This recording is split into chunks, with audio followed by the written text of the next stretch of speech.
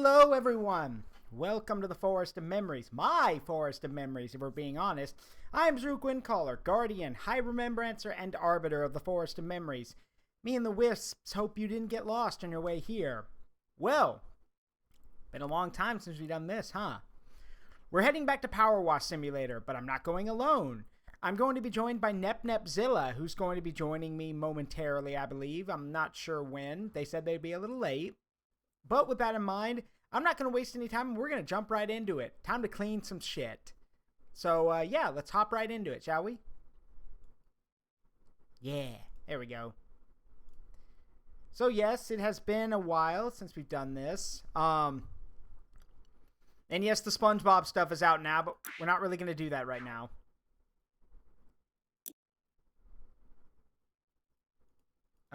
Okay, available once the job is started. Okay. Yeah, we're going to resume this job, and then I believe, hey, Miss Strange, how you doing? Yeah, it's power wash time. I'm good. How are you?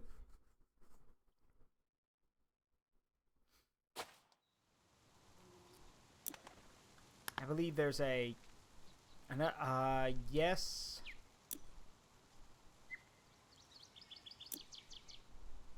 I believe I have it set, yeah, friends only, so... Chilling out before bed? I feel ya. Make sure you get Pokemon Sleep installed before you go to bed. That'll be helpful. Seriously, for those who don't know, Pokemon Sleep is actually pretty cool. I recommend it to a lot of people. Let's see.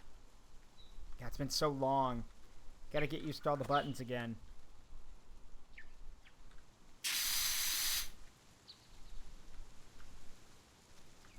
Let's see. Pull up the controls.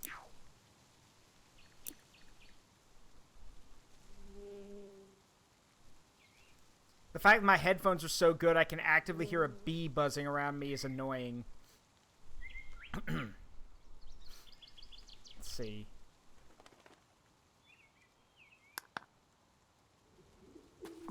There we go.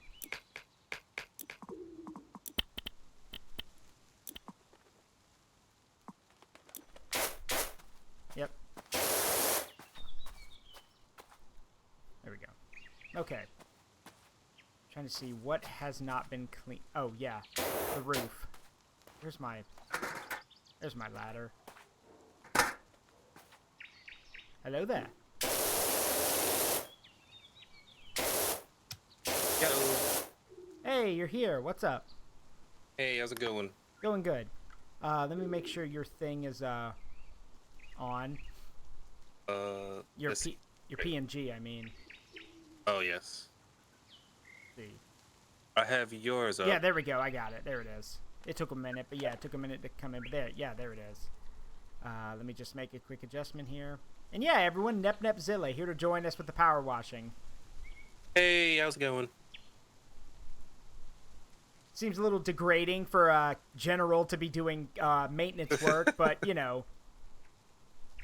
But again, it is cleaning, so yeah. then you gotta clean up sometimes. Yeah, everyone has to do their part. Also, I'm gonna do real quick for everyone, something to show off here. I'm pretty sure Nep knows this trick, but if you want to stream with people and you want to make it so people can still see the game, and without moving the PMGs out of the way, if you're using OBS and go to the filters for like whatever reactive image you're using, you can go to color correction.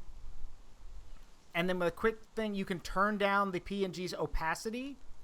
So now, people can see the PNG, but it won't, like, obscure the game at all. So now y'all can see on my stream that, yeah, Nep is... Y'all can still see her, but she's not blocking the game anymore, which I think is really cool. Yay. I wish more people knew about this. I mean, I didn't for a while, but now I know. So, yay. Alright, let's see. Yeah, it's a cool little trick. Yeah. Okay, I believe I did invite you, so... Yeah, see. it's just booting up right now. Okay. I was just getting myself dinner, so that's why it was taking a bit. No problem. No sound? Are you sure, Red Mage? Like, at all? There's no sound at all coming from the game. Are you sure? Like, can anyone else verify that? Because I can hear everything.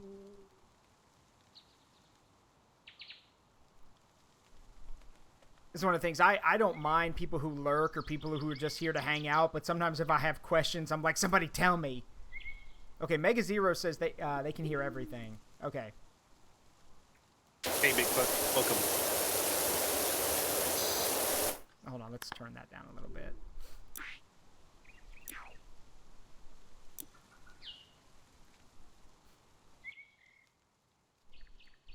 Yeah, I should be joining in now. It should be Yeah, I see you on there.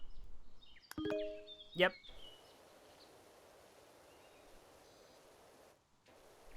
Oh god, that was loud. Yeah, it's a good idea. That's why I probably turned it a little too low, but that's why I recommend turning the water down a bit. Audio, I guess Zoom Master follow you. So, you saw the Barbie movie today. How was it, Mega?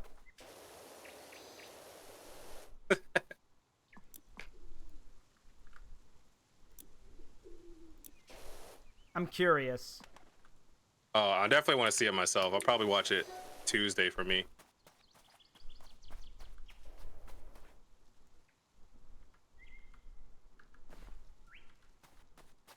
I think the dumbest thing I heard someone say, I don't even remember who said it, was somebody saying that they didn't like the movie because Ken had beta energy, and I'm like, it's Ken.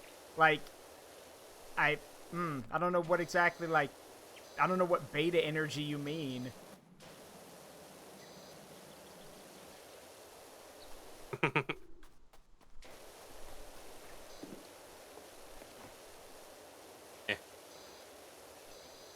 Hold on, I'm gonna hop off of here. I'm gonna go get up on the roof.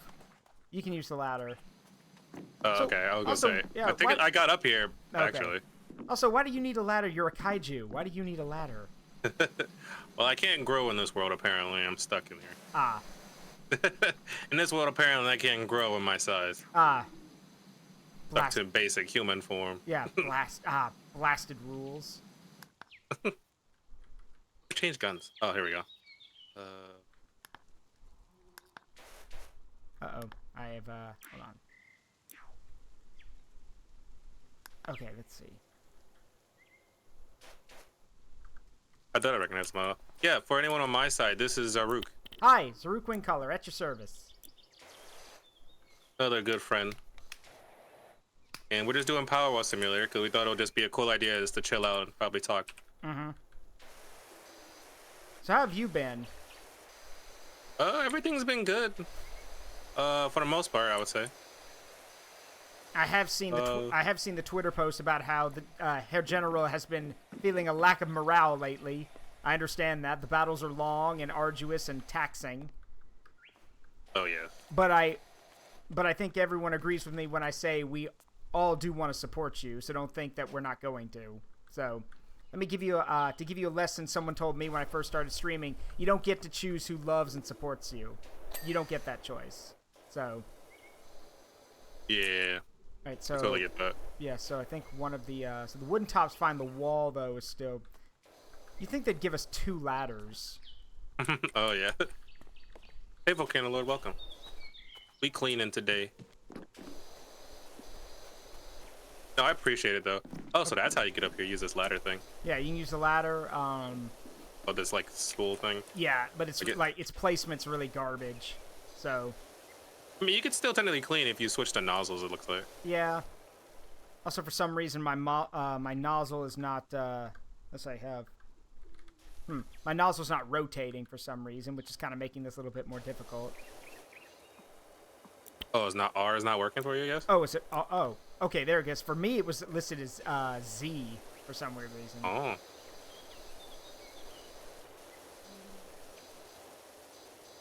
Yeah, you missed it earlier before you got in here. I was like, the audio's so good, it actually sounds like there's an annoying bee buzzing around my ears thanks to my headphones. I have a friend who's terrified of bees. If she heard that, she'd probably freak out. Oh yes, this game is definitely. No, I hate bees right now because outside of my place, there's this whole colony, I guess, of hornets or wasps, whatever.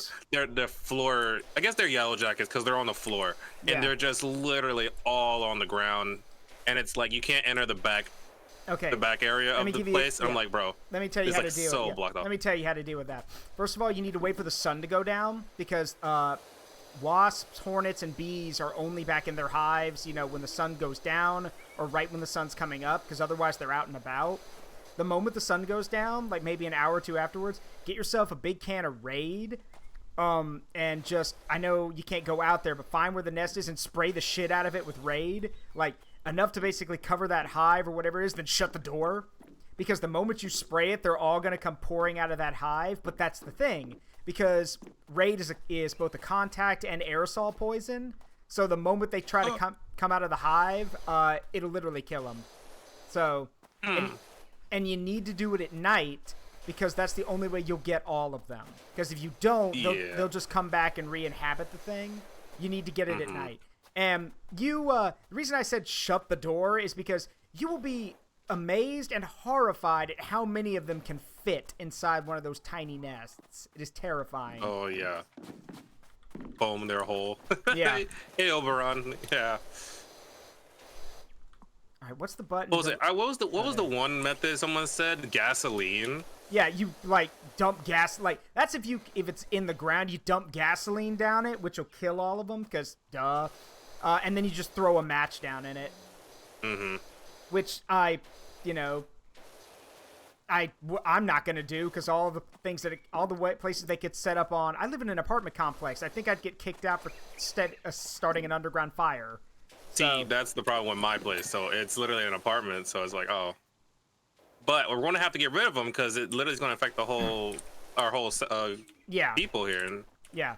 So the best thing to do, like I said, is wait for nightfall and then just spray the crap out of it with Raid. It can be any kind really, but you want to get like the anti-wasp Raid because that poison is specifically designed to kill them. And the moment they come flooding out of the hive to come after whoever just attacked them, they'll all start dropping dead. What the hell? What, you and your bullshit kaiju strength. What is this? There we go. Yeah, that helps. But yeah, once you get them, like the thing is, once you get them, if they are able to go back into the hive, they'll take the poison with them, and it'll kill them. So, and then after that, just a matter of disposal. Just sweep them up or vacuum them up, whatever, and then just dump them somewhere. We don't have the problem of wasps or anything. We have cicadas where I live. And nobody, okay, I'm going to be real with you. Nobody told me that those bastards were that big. Nobody told me they were that big. Like, at all. Nobody told me cicadas were that freaking big. Like, I was under the impression that they were like, tiny, just loud, annoying bugs. No, they are literally big enough that they can literally take up the whole palm of your hand. And nobody told me that. So literally, when I went outside one morning and thought I saw some weird, like, chrysalis sitting on the brick wall, I was like, Jesus, what the fuck is that? Went and told my boss about it. I'm like, it looks like some kind of mutant was on my wall. He's like, no, that's a cicada shell. I'm like, excuse me? He's like, yeah, those are cicadas. I'm like, those are big. He's like, yeah, they're pretty big. How do I rotate this thing? Z rotates it one way, and I think X rotates it another. Okay, yeah, it does, yeah. And don't forget, you can press tab to see where all the dirty parts still are.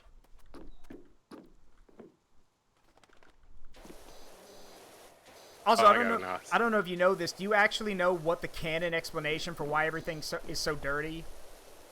No. Because all the properties are right next to a volcano. Oh. And all the ash from the volcano, because it's an active volcano. So all that ash and soot keeps falling from the volcano and covering all the houses. Which they keep saying, they're like, oh yeah, it's not active. To which I was like, when I last played this, I was like, yeah, no, if this many houses are covered in ash, it's active. Yeah. Also, Mega Zero says, for the Barbie movie, good, but be prepared for George Carlin, no filter, SNL kind of humor. I mean, yeah, that's kind of what the trailer showed, so, I mean. Yeah. For me, I know on Tuesdays, they got, like, cheap ticket Tuesdays, so I'm going to check it out then, for my Regal. And so that's what I'll probably try to watch double feature. What time do I work that day? That's the only problem. I want to see both Oppenheimer and Can we talk? Also, I don't know if you've seen it yet, but people are like combining the Barbie and Oppenheimer movies, like Doom and Animal Crossing style, which I think is hilarious. Now, I being a history nerd, my chat knows this. Being a downright history nerd, I will admit I was kind of excited for Oppenheimer, but then one of my friends went and saw it, and he's like, "Look," he goes, "Zaruk, I know you're a big history guy. If you're expecting kind of like, you know, the realistic history and everything, you ain't gonna find it here, bud. Sorry. This is dramatized." And I'm like, "Oh, okay." I mean, that's not a problem, but I've never been a fan of like just straight up dramatization over the history, because some stuff you don't need to make up. Some stuff's interesting on its own. And J. Robin Oppenheimer is a I don't think he's a character describes him. He is a, like, wow is a good way of putting him. Where is the last piece? That's the thing, I'm looking. I'm having to like track my mouse over each piece of it. Oh, wait, I found it. It's the banister. Oh. Just right here. But yeah, like, people don't know, J. Robin Oppenheimer was a weirdo, but he was basically, to this day, is still one of the founding, like, greatest minds when it comes to nuclear physics. And the entire thing was that the man was, like, extremely odd and literally became a pariah after all of his work, because it turns out he was uninvolvedly knowing, like, during the Red Scare of the 50s, he was unknowingly meeting with a communist agent, and he didn't even know it, which was not good. There's some other stuff. Like, it's like if you've ever seen the epic rap battle of history between him and Thanos. Everything Thanos brings up is 100% true. Because, you slept with your friend's wife right there in your friend's bed and got another married girl pregnant. You should have gone for the head. Like, everything about that's true. I think the interesting thing, though, about him that I think is crazy that a lot of people don't know is just how much that event kind of broke him. Because afterwards, he really, like, wanted to isolate himself after that. Like, after everything that happened and, like, everything kind of, you know, came crashing down on him, he was like, "Oh God, I've literally created probably the most destructive weapon in human history. I don't want any part of public life anymore. I just want to be left alone." But the public wouldn't leave him alone. So yeah, that would be sad. Yeah. Oh, and the man smoked like a freight train, which is what killed him. But, like, so if he's in that movie like going through like 2 packs a day or something, that's accurate. The man smoked like a chimney. Apparently, like, and when someone told him, "Dr. Oppenheimer, that might be dangerous for you," his exact phrasing apparently was was basically, he told them, "I do it for my stress." When I read that, I'm like, Jesus, how stressed are you that you need 2 packs a day?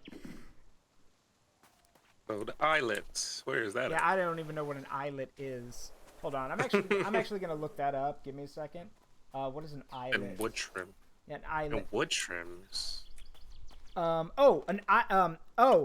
Islet. I think they mean aglet. The thing with yeah, I think they mean that. Oh, where's that at? It's on the front. No, remember, an aglet is the thing you pass your shoelaces through. Yes. So it's those little round parts. Or no, I forgot. Aglets are the plastic. It's the end of the shoe, right? Yeah, it's the end of the shoelace. That's an aglet. An eyelet is the thing you pass the shoelaces through, like little circles.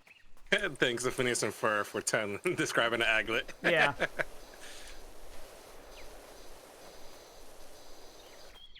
I had a nickel for every time, because I'm trying to think what the exact quote is. If I had a nickel for every time something's happened, happened in my life, I'd have 2 nickels, which isn't a lot, but it's weird that it's happened twice. Hey, Cataclysm, thanks for posting all the stuff. Are you streaming, by the way? Yeah, I am streaming on my side. Okay, we can get a multi-stream set up then. But we? Yeah, my moderator can do that. Hey, Oh, okay. yeah. Hey, Fiyumi, how did I just join to a Phineas and Ferb reference? Hey, we do. There will be no backsassing of Phineas and Ferb in this chat. Phineas and Ferb is a good show. Mm-hmm.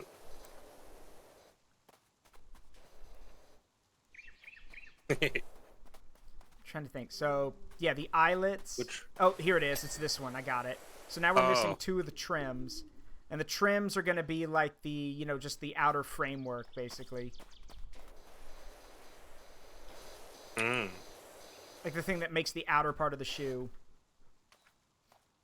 Doof is best dad. Dr. Doofenshmirtz is a good dad. He's just a little weird. Just a little weird with how he does things. That's all.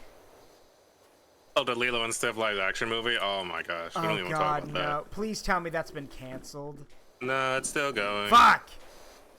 Why has this become a thing now? Where Disney just wants to remake everything? Like, I hate to break it to you, but your last live action remakes have not been very good. I mean, Aladdin's is passable, but that's it. I'm not giving you anything else. The Lion King was a disaster. And while The Little Mermaid was great for having, like, it's like I heard someone say once, because it's fiction. It doesn't matter what color someone is or what race they are. What matters is if the story's good. And if the story sucks, then you failed. And the story sucks. Thank you for the multi-stream cataclysm. So yeah, now my moderator will put a link in your chat, which will give people access to the multi-stream. Okay. Which I should put up your stream as well on my side. Hold on. Oh, why? I think the interesting thing I remember reading somewhere is that Ariel's actress for The Little Mermaid live action didn't know how to swim when they cast her. At all. So they literally had to, like, throw her in, like, literally give her a literal crash course in swimming by, like, throwing her into a pool and, like, giving her the basics, which, was a little messed up. But then at the same time, I think to myself, I'm like, shouldn't swimming be, like, one of the requirements to be a Little Mermaid? I mean... Oh, yeah. There we go, I got it. Sorry. Sorry, don't worry about it. And it's also funny, when I brought that up to one of my coworkers, he's this, big black guy, former Marine. I told him about it because I chuckled. I'm like, you'd think that'd be a requirement. And he shook his head, he chuckled. He goes, probably what? He goes, probably not, because they probably weren't expecting a sister to join up for it. They probably expected anyone else to take the role. He goes, and then she did. And she goes, and he laughed. He goes, though I am a little surprised that she didn't think she was going to have to swim. What, did she think they were going to CGI the whole thing? I'm like, yeah, probably. Which they kind of do. There's a lot of CGI swimming in the movie. Where's that last trim? Like, hold on. There's should be a thing around here. I wish there was a Thank you. Yeah, I wish it could like. Hell. See, this is where I wish the thing that would let you like see where the dirt was. It's a good little trick, but I wish it would show you like stuff would be really, really bright when you're down to the last bits of stuff. Hey, Panda Claire, thank you for the follow. Welcome to the Forest of Memories. Please make yourself at home. Hey, Panda. Okay, this is kind of annoying. Disney does stuff for money. That's why they shoot themselves in the foot. Yeah. Just like how apparently, what was it? Naughty Dog apparently wants to remake Left 4 Dead, Last of Us 2 again for literally no reason. Literally, game came out like 3 years ago, and they want to remake it because okay. Oh yeah, the Broadway play. Yeah, Mega Zero's right. The Broadway play of Little Mermaid is good. You also want another one? You want another good Broadway production? 6. Which my girlfriend and I love. 6 is literally a musical about Henry VIII's 6 wives. And each one of them, their style of singing is done with a different type of, like, genre of music. So, like, and they all represent, like, different, or all have, like, these little aspects of them that remind you of all these powerful female singers. So, like, one of them's an embodiment of Cher. I think another one is, like, I don't remember some of the other ones. I remember the Cher one. Let's see. gosh. This is annoying. Yeah, I know. I'm trying to like... You can't tell what the trims are. Yeah. Again, which is why I said there should be like, when you're down to your last things, it should be like really bright so you can see it. So the best thing... They change it in the settings? No, because like, that's the thing. It's not... It's so people don't abuse the glowing thing. Because when you press tab, it shows you where like all the... It shows you where all the dirt is by lighting it up. Oh, I found one of them. All right, want to know why we missed it? Come here. Oh. It's this right here. This one. The under part.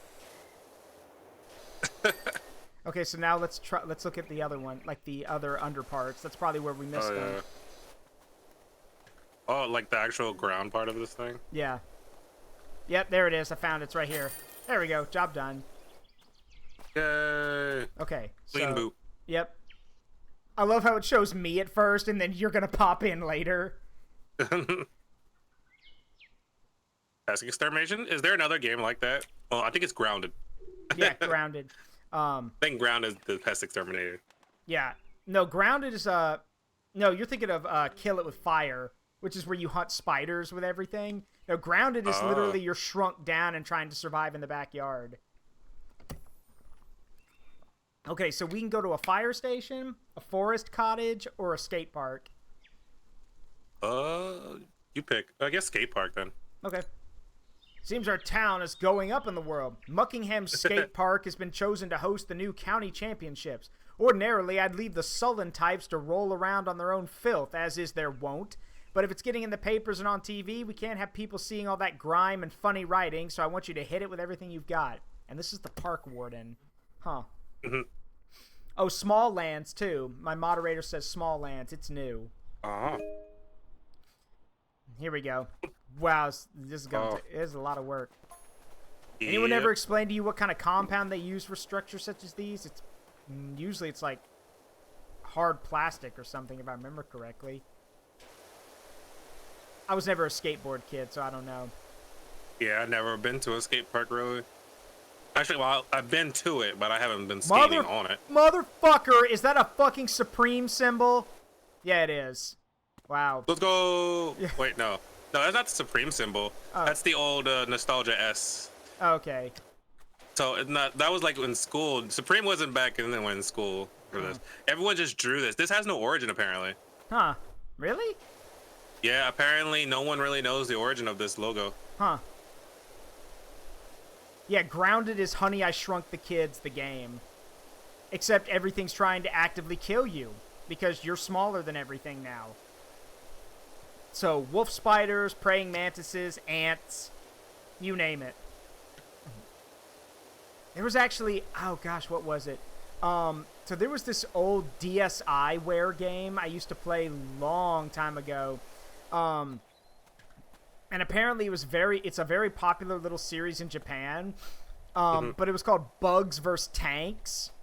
And the entire idea was that you were literally a group of World War II soldiers that got shrunk down due to some weird incident. And you got to fight bugs with your World War II vehicles.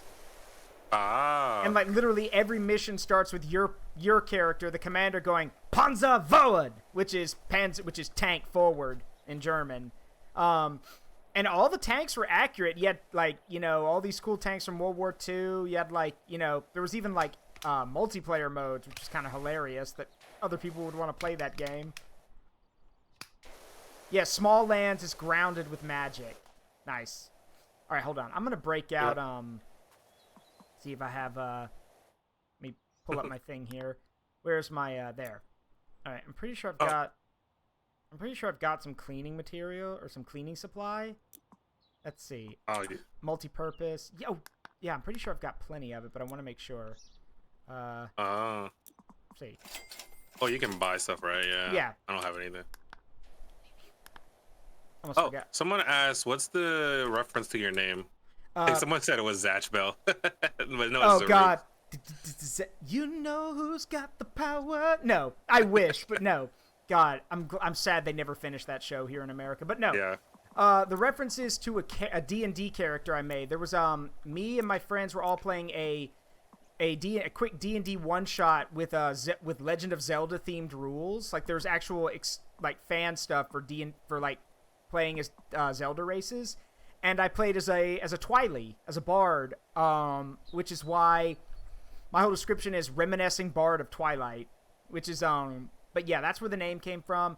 And obviously, since I couldn't be a normal Twily or Twilly, whatever you want to call them, on stream because Papa Nintendo would get very mad at me, I made some changes to it, and thus you have this imp who's the guardian of the Forest of Memories. So, with phenomenal magic power, as one of my friends said, phenomenal magic power, massive living space. All right, let's see, where's that, there we go. So it's this button. We want the multi-purpose. There we go. Wait. All right, I gotta put my thing on, don't I? Gotta change the guns.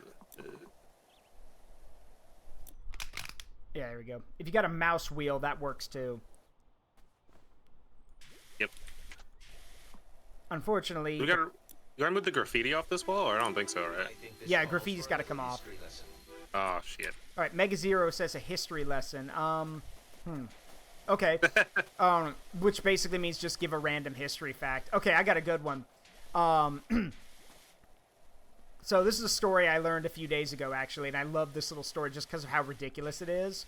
So, during the 100 Years' War, when the English and French were waging their 100-year-long slap fight with each other, the French needed to take this castle that had been away from the English, and the main English army is about 30 miles away, which, for medieval times, that's not very far, so they need to do this quickly.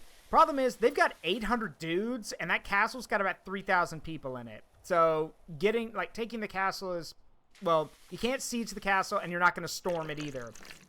But then, this crazy French bastard, who I swear must have had probably has American descendants with how weird of an idea this was, gets all of his men together and is like, hey, do we have any Scotsmen in this army? And a bunch of Scots come forward, because they hated the English, so they were fighting with the French. He's like, can you guys put on good English accents? The Scots were like, yeah, we can do that. Why? And the commander's like, good. Strip. Huh? He's like, you heard me. Strip. He makes them strip down to their bare essentials, throws animal blood all over them, and then puts them on horses, like, backwards, and says, from now on, you're prisoners. We're going to ride past the castle. I want you to make as much noise as possible, talking about how you were defeated and taken prisoner. Do whatever. Be convincing, basically. Like, put on a show. Convince people. And many people were like, there's no way this is going to work. Well, guess what? It did. They were so convincing that the English castle was like, well, damn, if they took all those guys prisoner, we might as well just surrender. They opened the gates of the castle. The French came in and shut the gates and were like, congratulations, now you're all our prisoners. Literally didn't even have to do a thing. Was just like, all right, put on a show. And it worked. Which, again, sometimes you just have to, sometimes, you know, like the Cloaker from Payday says, work smarter, not harder. I know you're going to get Payday 3, right? Yes, I am. Most definitely.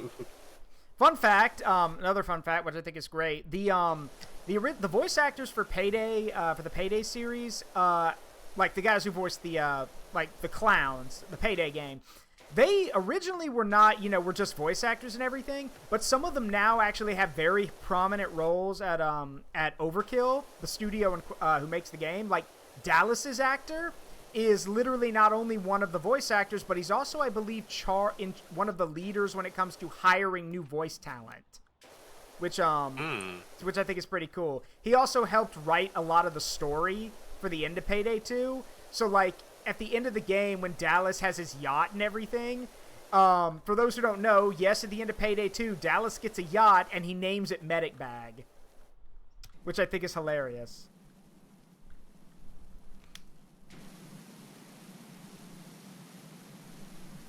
Oh, Pet George, here you go. There you go. Oh, that's one deception. The thing about me is, like, I never played D&D. Only until recently, a friend got me to learn about how to play, like, a D&D session. You'll be happy to Yeah. well, you'll be happy to know that there's actually a like, you know, you basically probably know that there's fan-made material that like it's homebrew or it's like extension stuff. There's actually a homebrew extension that allows you to play as a race called Kaiju Born, where you're actually like you have powers that descended from great kaiju, like Godzilla, Space Godzilla, Ghidorah, Mothra, Batra, all of them. My friend Niall was ecstatic about that, so... Yeah, a friend of mine is a dungeon master, and they mostly do, like, erotic stuff. They do erotic D&D, which is always fun. Yeah. That's the one way to get into a D&D first time is doing an erotic one. I was like, but I appreciate it, though, because I could keep up with it still and do my stuff. So I was like, to quote Pro Jared, I didn't know this game was going to be taking so much from the book of erotic fantasy. Do not look that up. Like he literally says that in his video, like this look of horror on his face. Do not look that up. Yeah, so they made like their own session. I know there's like a whole bunch of other spin-off D&D or sessions you could call it. Like Konosuba, they have their own version and stuff like that. It's like, oh, that's cool. Everything like almost has like their own like D&D way of doing their stuff, their character building and lore building and stuff like that. All right, well, I gotta ask you because I know you've been watching on your streams. You've been watching a lot of like the season's anime and everything. What is one anime like? Hold on, one second. Hey, Nishio, thanks for the raid, buddy. Welcome to the Forest of Memories. Appreciate it. I'm doing a Powerwash Simulator with NepNepZilla today. Hello. So, anyway, my question was that not just with this season, but like basically any anime this year that's come out so far this year, have any of them surprised you with like, and good or bad, have any of them just been, you're like, huh, that's not what I was expecting? I think is Akiba Maid War. I think is the easiest one that comes to mind this season. Well, the title is in the description, but I didn't expect it to be so bloody. Or in a way, because I didn't really, when I got into it, all I saw, I heard the title. I didn't look up anything of it. So I just like, oh, Akiba Maid War, let's check it out. Because there is a video game basically kind of similar to Akiba Strip. So I was like, okay, basically like that, Maid War. I mean, I wouldn't take it literally saying like, oh, there's a literal war. But yeah, they took it literally with blood, guts, and everything. Wow. And everything. So I'm not too much guts, but people were dying, to say the least. And that honestly was, if I had to give a rating, I honestly would give it like a 9.5 out of 10. Like almost just on a scale of, that show, there's obviously flaws, but I feel like that was like a very good twist. Not twist, but a very good expectation and like ender, I would say. I have to mention, like, my girlfriend and I watched all of Campfire Cooking when it came out. Oh yeah. Now, and I kind of understand why people were upset with it, because you know the whole thing of, you know, all right, enough of the isekai stuff. Okay, fair, but this one's actually got some heart to it. This one's not a cash grab. This one actually is pretty creative, and as both of my girlfriend and I will tell you, all of the cooking stuff is legit in it, like all of it. So the person who wrote that manga that then became an anime, he knew what he was doing. Which, you gotta give him credit for that. Most animes don't do that.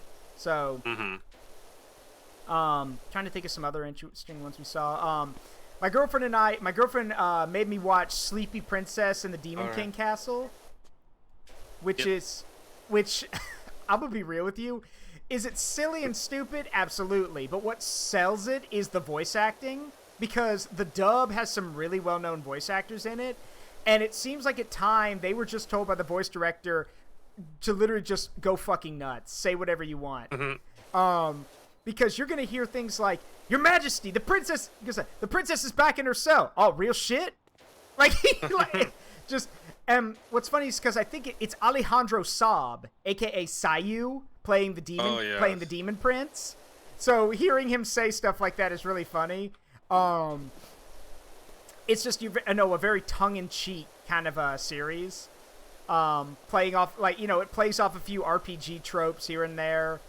Just some stuff a lot of people would be familiar with. Trying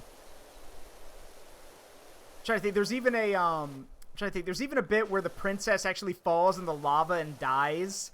and they actually resurrect her, and her tombstone is literally just straight up. It looks just like those tombstones from Dragon Quest if your character dies, and then you have to go res them. And one of the characters mentions, he goes like, huh, I think I've seen this in a video game before. Like, you just offhandedly hear him mention that, and I'm like, yeah, it's from Dragon Quest. Gotta get this stuff off now. Okay, well, here's a more divisive question. Are there any anime that have come out so far this year that you think do not deserve all the hype they've gotten or that they get? I got to like those are always the hardest ones because I have to really look back on a show that I was like, eh. Okay, well, how about this? What is one anime you've seen this season that literally made you think, God, this is shit? I went to watch X-Arm, but that was just because I knew it was going to be bad. I know that was last season, technically. That anime came out last season. I don't go out and watch bad shows, or if I do, it's by accident.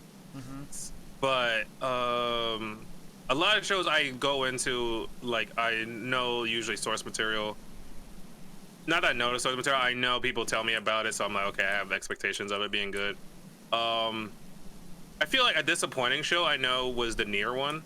And it's not because of animation, it's just because the way they did it. I feel like they aired it, and apparently they had a lot of production issues, and that's why they got to episode 4 and they stopped. They were supposed to obviously go for 12 seasons, but apparently it's going to come back. Apparently they did news say, hey, we're coming back, I think, next season. But that was like a very big disappointment because that tells you that there's a lot of production issues behind the scenes, which is never and that's good. bad because obviously they're working the employees to death and stuff like that, doing extra hours just to get the show running. And so they got 4 episodes out and they weren't able to do more. So now they still have to work harder still. Which I always thought was the issue with stuff like, for example, with Monster Musume, because I know at the time when season 1 was wrapping up, Monster Musume was on top of the world, basically. It was still extremely popular. And a lot of people were wondering why a season 2 wasn't announced. And I found out later it's because the mangaka had decided to go write other stuff. Like, he was working on other stuff. So, but here's the thing. I remember thinking, I'm like, okay, that's fair, except I've seen how many mangas are on the shelf right now. There's enough here for a second season. There's enough material. There is. Yeah, why are we not doing a second season? Why are you wasting an opportunity here? And the sad part, I feel really bad for the mangaka. None of his other things have taken off. None of them. Which I feel really bad for the guy. Because some of them, like, I think one of them got, like, 3 of the manga released in the West, and then nothing. And I'm like, oh, dude, I'm so sorry. I feel, because, again, no mangaka wants to be typecast and everything, but as my girlfriend pointed out to me, she's like, yeah, no author wants to be typecast, but the problem is when all of your other work literally just looks like a Monster Musume spin-off, that's a bit of a problem. And I'm like, oh, yeah, I guess that would do it, huh? But yeah, it's just they never made a season 2. I don't think they're ever going to make a season 2. And I'm like, why are you guys waiting? Why'd you guys sleep on this one? This was this is the only, like, it's like I heard someone say, this is the only way you're going to get something close to Interview with Monster Girls without getting in trouble. Because when that came out, there was a lot of people got in trouble. So it always confused me because, and again, the fan demand was so high. And I'm like, why'd you guys stop? Why hesitate? Why now? But they did, and I'm never gonna understand why.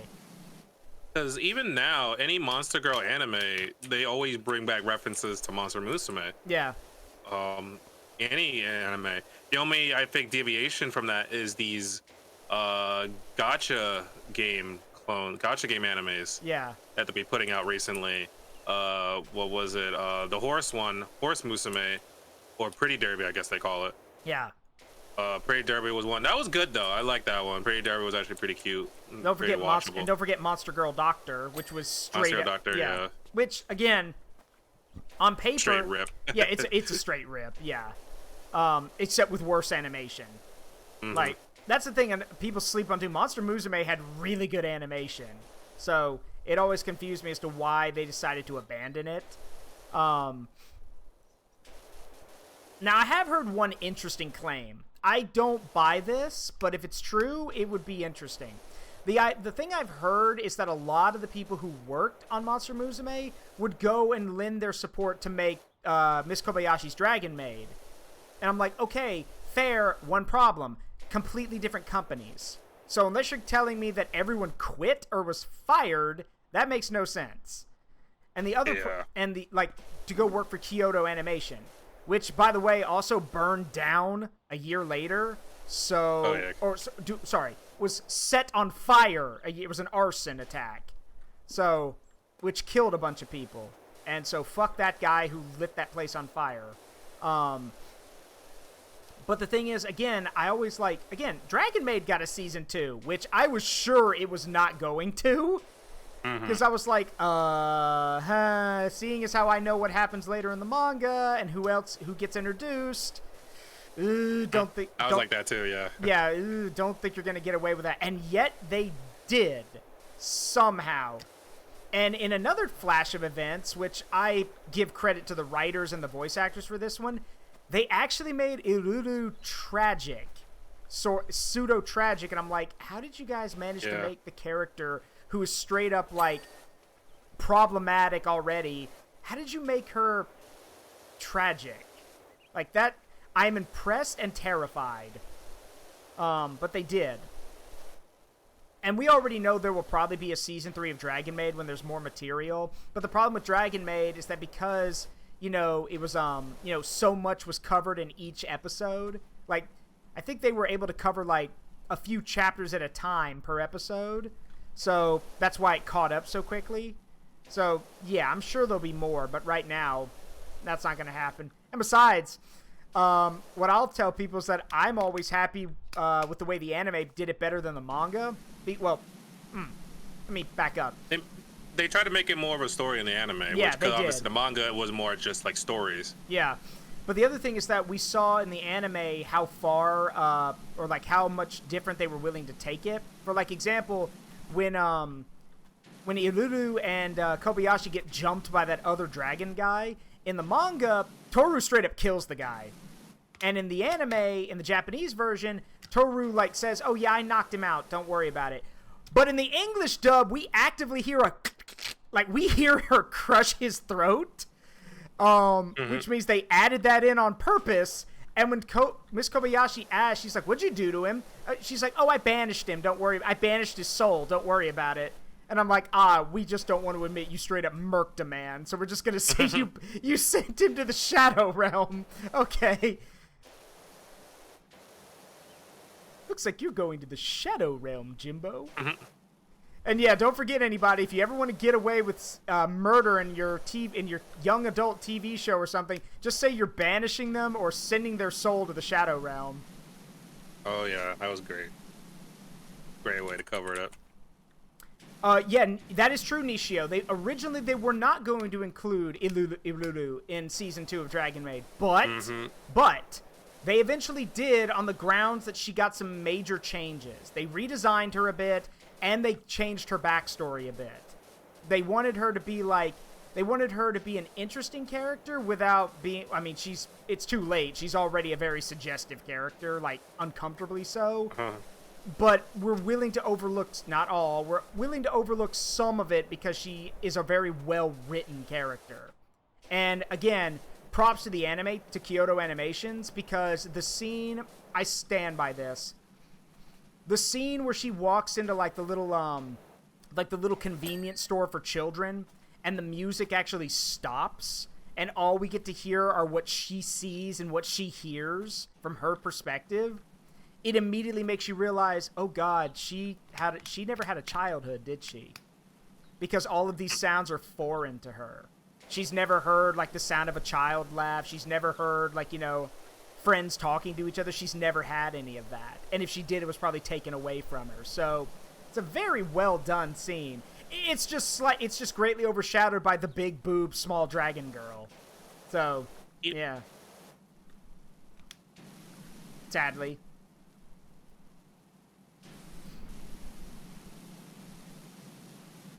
Yeah, banish is just the cool kid's term for murder. Because even now, a lot of people just use the term Banish. Banished to another world. I'm gonna isekai your ass to Texas. Send him to Detroit. No! No, you can't do this to me! I'm trying to remember what that's from. It's from, like, one of those really badly dubbed parody movies. Send him to Detroit. He gets so horrified.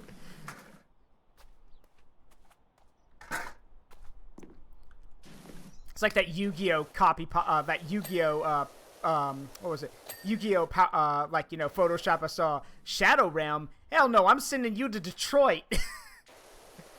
He's like, Shadow Realm? I'm sending you to Ohio. Or Florida. Like, you just pick your poison. Where do you want to go? Panda, you leaving? Alright, no problem. You have a good one, though, Panda.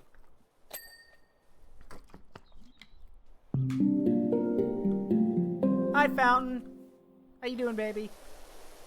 Dragon Maid's cool. Show love 100. Yeah, Hello, my love. One show I'm liking everyone. right now Zaruk W is Smile 100. Love 1. Yeah, I've heard. Zaruk Yeah, George. someone mentioned that one. Who was that?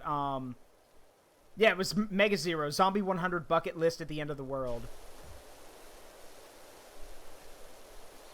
Again, it's always hard. It's just like zombie movies. Zombie anime is become not oversaturated, but it's just boring a lot of time. Yeah.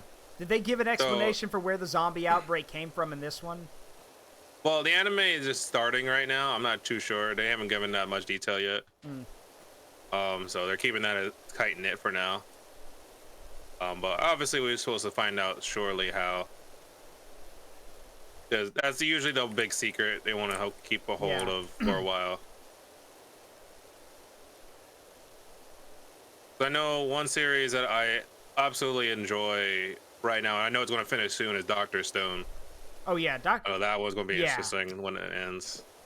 It will always be amazing to me how well thought out the science was in that, because I don't know if you've seen it before, Nep, but there's a video where Carrie Byron, the old Mythbuster, actually watches scenes from Dr. Stone and points out, she's like, yeah, no, this is all legit. All of this. It's like maybe a little exaggerated, but all the science is there. Yeah, especially the gunpowder part. Because, like, where Dr. Stone's like, sorry, we can't tell you the exact ingredients of what go into this. Carrie Byron's like, I can. And she literally goes and gets a thing of gunpowder. And she's like, here are the exact ingredients and the volume of what goes in gunpowder.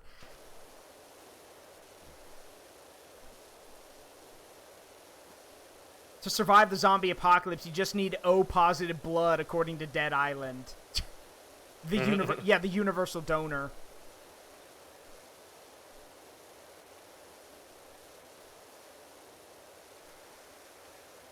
Another one, now this is from a few years ago, but I still think it's good, is Dragon House Hunting. And I only say Dragon House Hunting is actually really funny. The writing is superb. There's plenty of really good jokes in it. And me personally, probably one of the best jokes they pull is when the dragon goes to stay in this haunted mansion, and back to back to back, they make 3 video game references. They reference Silent Hill, Luigi's Mansion, and Resident Evil all back to back with each other. Because, like, so, like, when he first moves in, this, like, guy who tells him, why don't you stay the night and give it a shot? Just in case, here's some things for you. First of all, he gives him what's basically a Poltergust 4000, which it straight up is a Poltergust 4000 from Luigi's Mansion. He then gives him 3 health syringes, like, right out of Resident Evil. He goes like, what are these? Medical herbs. Just inject them if you're ever feeling down. He goes like, and then after that, when it switches to the dragon's perspective, he makes a joke. He goes like, why is everything gone first person like an old video game? And it's straight up, it's Resident Evil. It even has the slow door opening loading screen, which I think, like, and they do reference Silent Hill too, because he has like, I don't remember what it is. I think it's like a lantern or something. And like the guy mentions, he goes like, the lantern will flicker if there's anything hostile nearby, which is a reference to the radio from Silent Hill. So it's very well done. Also has a very good scene where like this this bigger dragon is like, he goes like, no, like tells this guy, no. He goes like, you have to be polite. If you're going to meet high-ranking nobles, you have to be efficient. You have to knock on the door and be welcomed in. So he knocks on the door, and by knock, I mean he puts his fist right through it. So, again, very, like, tongue-in-cheek show. And both my girlfriend and I are excited for Dungeon Meshi when it comes out. Oh, yeah. I heard that show's gonna be good. And that's gonna be on Netflix, though, unfortunately. Well, that won't stop people from uploading it. Yeah, but the problem is that what was it? Record of Ragnarok. Even that show, I actually like that show, even though again the history version of it is like very much skewed. Yeah. A lot of times, it's still I feel it very enjoyable to watch the fights. Yeah, but it's not. But the thing is, I was wondering why they went ahead and made it when the manga's not even halfway done yet. It's very slow. Yeah, it is. I think the mangaka does it like every other week. They have an upload or update, or is it once a month? Once a month. And like, considering who's left on the list of fighters, like as my girlfriend knows, she's in the chat, as she knows, I'm super excited to see Simo Haya, who's like the deadliest sniper in history. And I'm like, and compared to people like, you know, Lubu, Jack the Ripper, Nikola Tesla, and all those people, like, I kept thinking, I'm like, because one of my friends even asked, he's like, how in the world do you make this human sniper into, like, something capable of fighting a god? And I'm like, this man literally killed over 500 people without a scope and was literally considered an embodiment of death. I think he'll be okay.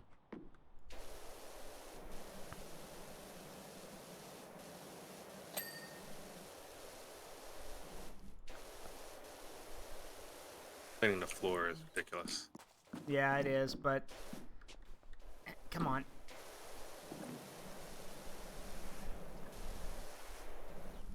Getting up on the ceiling's a bit tougher because it won't let us walk on the ceiling, so we have to keep moving the ladder to get the wall. Oh, yeah. Maybe I still haven't cleaned this damn bench yet. I can't see the dirtiness. Oh, you hit tab. Yeah, that's what I was like, yeah. Like, it's telling me there's hidden spots on here. I'm like, oh my gosh.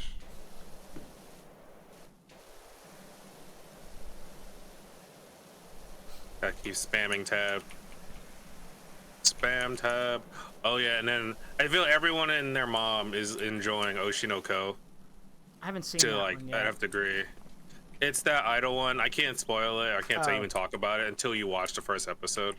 Yeah, to understand how that show goes. Yeah, speaking of idols, my girlfriend really wants me to watch oh crap, what is it? Babe, you're in here. What's Saga? No. Babe, what's the name of the anime that was supposed to be about mechs and jets that then became an idol anime? Like that you really want to watch? What's it called again? Was that Mercury one? I think.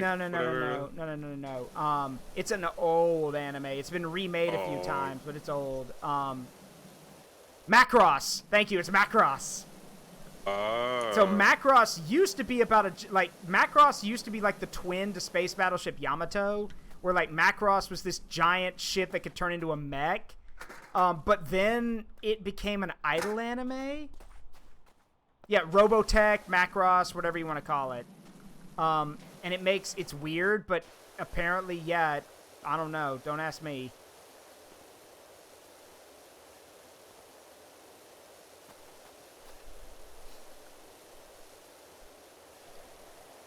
All right, I can actually tell you this, Nep. You want to know one anime that I fucking hate with a passion? Gate. Gate? I actually like Gate. Okay, well, you tell me. You want me to tell you why I don't like it first, and then you can defend your reasoning? Okay. Here's the thing. Yeah. The action scenes are great. I have no problem with that. My problem is why it was made. That's my problem. Like, why it was made. For those who don't know, Gate was literally made to be propaganda for the Japanese Self-Defense Force. I think so, yeah. Yeah, I think I heard that is straight up the actual legit reason it exists. It was meant to be a way of recruiting new people to the Self-Defense Force. Which it makes sense, because you can tell by the story of how it is. Yeah. But, and again, that's okay. If you want to do that, that's fine. My problem is that, the problem is, if you're going to do, like, do I have a problem with how they do things? No. Like, it's a cool thing to see, like, men and women working together to actually help people and everything. That's cool and all. My problem, though, is that they treat the self-defense force like it's some, like, you know, god-destined thing on a pedestal, and, like, no one compares to it, when any military in the world could wipe the self-defense force out in a day. Like, example, when all of the, when some of the people from the fantasy region go and talk to, like, these representatives of the world and everything, like, all these powerful world leaders are watching, and, like, all these world leaders are really pissed off about it, that, you know, Japan gets all this access to everything, you know, gets to check out this region first, they get to do it themselves, blah, blah, blah. To which, as one of my friends pointed out, he's like, no, in real life, Japan would literally probably be like, hey, this is on our territory, but we're going to need some more help. United Nations, are you going to send some people to help us? Because, and then literally... They'll be like, yeah. Yeah, and the self-defense force would literally be put in charge of organizing relief effort and everything with the blue hat, with the, with the blue helmets, which is, like, or the blue helms, which is just a fancy name for the UN peacekeepers. If you've ever seen anyone wearing military gear with a blue helmet, those are the UN peacekeepers. So, like, the peacekeeping corps. So, and as one of my friends put it, he's like, so we've seen how the self-defense force handles stuff like this. He goes, we both know that if the United States was involved, it would literally be establish air superiority, bomb the shit out of anything that looks like a threat, and then deliver the terms of, you will accept whatever terms we give you because you have no option in the you have no say in this matter. But my biggest problem, like, those are all complaints, but my biggest one is that apparently it was good enough to greenlight a sequel. And I was like, okay, that's fine. Like, and people were like, oh, this one's going to be about the Navy. And I'm like, the self-defense Navy. Okay, that actually might be kind of cool, because I've read a book called Destroyer Men, which is literally a book about these American and Japanese sailors in World War II who get taken to a parallel world with their destroyers and have to basically learn how to exist in this, you know, primitive world with all these people in it. And that's what I was thinking. I'm like, are we going to get a thing where, like, a modern self-defense force destroyer gets, or, you know, helicopter carrier gets, you know, teleported to a fantasy world with all of its equipment? No, because the ship they've decided to use is a submarine. And I was like, really? Really? That's your idea, a submarine. And this is not on the anime, this is the mangaka. The mangaka apparently thought, oh yeah, submarine in a fantasy world. Hey, knock knock, moron. How exactly are the people on a submarine supposed to interact in a meaningful way with a fantasy world? Like, yeah. Like, it's either you have them come out of the sub and interact with people, or you have the sub basically be this invisible monster that attacks people. Like, it kind of defeats the purpose. Oh, yeah, and also the fact that the original version of Gates' light novel actually had some really interesting stuff that was supposed to happen after Princess Pina became the ruler of the Empire and everything, but apparently they decided not to follow up on that. So, where, like, Zorzo launches a civil war to actually take back the throne, and, like, these bunch of rebels actually managed to smash up some of the self-defense force stuff. Like, if I remember correctly from what my friend said, some elephants crush a few of the self-defense force tanks. They throw chains up into the helicopter blades to cause them to crash. It doesn't work for long, but at least it would have been interesting. But then you find out what else happens, and then it's a good thing they stopped. Because, oh gosh, how do I describe this to you? Let's just say the mangaka took some inspiration from George R.R. Martin and decided, basically thought to himself, how many people can I kill off before my readers get really pissed at me? Because as my friend put it, everyone starts to die in part 2, basically. Like, a lot of important characters start dying.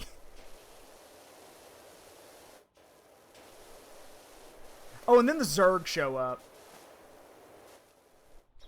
No, I'm not joking. Like like literal alien race that might as well be the Zerg show up in the light novel. And it's so bad that they actually have to evacuate the fantasy world and they all have to move to Japan. Because it's too dangerous. But speaking of that, on that tangent, That was one thing why I wanted Monster Musume to get a second season. I think I've told you this before when we've talked about it. I wanted to see what the rest of the world was like in regards to what was going on in Monster Musume, because I can't imagine that everything is just peachy keen. I have to imagine there are some parts of the world or some parts of Japan who don't like what's going on. I kind of wanted to see more world building, you know? Yeah, definitely. And apparently we do get world building in later parts of the manga, but yeah, I guess we're not going to get a season 2, so Monster Musume, you know, the one with like, oh god, how do I describe Monster Musume to my moderator? There's a giant snake, there's a little bird, there's a big centaur, the big snake. No, there's already said big snake. Big spider, big slime, and a mermaid. Big mermaid. What else? There's a, how do you call a plant creature? I forgot what you would Dryad. Call it. Dryad, yeah. There's a busty dryad. There's some more. I think there's a lizard girl as well with wings. But we get introduced to her later. Yeah, she's a dragon girl, a dragon newt or something. And don't forget the MON squad, which is like a Cyclops, a doppelganger, a zombie. Yeah, and an ogre. Yeah, oh, he knows. Yeah, it's not going to get one. The next arc involved milking. Yeah, I know, which involved, like, one of the And the cowgirl, yeah. Yeah, the cow and sheep girls, yeah. Cathal, that was her name, who became, like, a fan favorite. Gee, I wonder why. But we say this, but then there's so many shows that's getting sequel seasons now that will get it. Do not cite... That will get shows. Yeah, hold on. You need to read what my moderator said. Do not cite the word to me. I was there when it was written. But I mean, yeah, you're right. A lot of stuff is getting a sequel now. It's kind of a surprise we're not getting a second season of Monster Musume. And don't say, oh, well, they wouldn't get away with it. Bullshit. There's shows now like Redo of Healer and stuff is gotten animes. I am. It always makes me nervous and very like internally angry whenever I hear someone say, "Oh yeah, I loved Redo of a Healer." Seek help, please. It's more, I feel like a lot of people say they like it for the ironic reason that it actually got an anime. Like, oh, I like it because it literally shows that any show can get anime. And I mean, technically, yes. Yeah. Well, okay. Will it get a second season or will it continue on? Probably not. Yeah. In obviously anime form. Yeah. I think more, I guess to reiterate or to rephrase, I don't like people who say they liked the main character. Yeah. Like, that, if you're going to tell me that, I'm going to be like, okay, I don't think I want to be friends anymore. That is creepy. Because the right character for that stereotype would be the shield hero. Yeah. Which redeemed himself. But then it became boring in season 2. Yeah. Which is also getting a 3rd season. Oh, you know what you need to check out when you get the opportunity? You need to watch Lego Monkey Kid. I've always seen clips of it, but I'm always lazy to go find the episodes to watch. Babe, can you do me a favor and link, because Nep's in the Discord, can you link Nep the entire 1st season? That's exactly why I don't watch a lot of shows, because I'm just like, I'm lazy to go find the episodes, and I'm like, I'm just gonna watch it on my Crunchyroll. Yeah. Obviously, that's not a Crunchyroll thing. Yeah, but it's not. But it is so good. It's really good. Because always seeing clips of it on Twitter, always going around. I'm like, yeah, this show's good. The show looks fire. Yeah, it's one of those like, how do I describe it? It's one of those shows where, like, you think to yourself, you're like, oh, it's just a retelling of Journey to the West. No, it's not. No, it's not. I mean, when you get the actual voice of Goku to voice the Monkey King, I'm sure. Monkey King? Yep. So, where's my staff? I'm sorry, I lost it. Okay, hey, listen. I'm gonna level with you. I've been watching you, and it's straight up just Goku. It really is. It's Sean Schmel doing his Goku voice, and it's great. And is it also true that the show has still not aired on any TV shows here or TV networks? It has not, but you can watch. But there are it has aired in the States, so you can watch it in the States. It has been dubbed into English. You can watch it in the States. Yeah, that's what I was saying. I'm like, there's no network that has technically picking it up. No, not yet. which is dumb. Well, Which it's I'm trying to figure out why. I think it's also because, remember, the episodes are only like 8 minutes long, so that Yeah. might be why. It's owned by Amazon too. That's why. So that has something to do with it. I think it's on Amazon Prime. And then of course, rest in peace to Billy Kametz, who voices who was Josuke in season 4 of JoJo, and is also the Shield hero himself. But the reason I mention him is because Billy Kametz voices Macaque in Monkey Kid. At least he voices him for the first 3 seasons, and then when we got to season 4, Alejandro Saab picks up the slack, or Sayu, for those who know him by his VTuber name.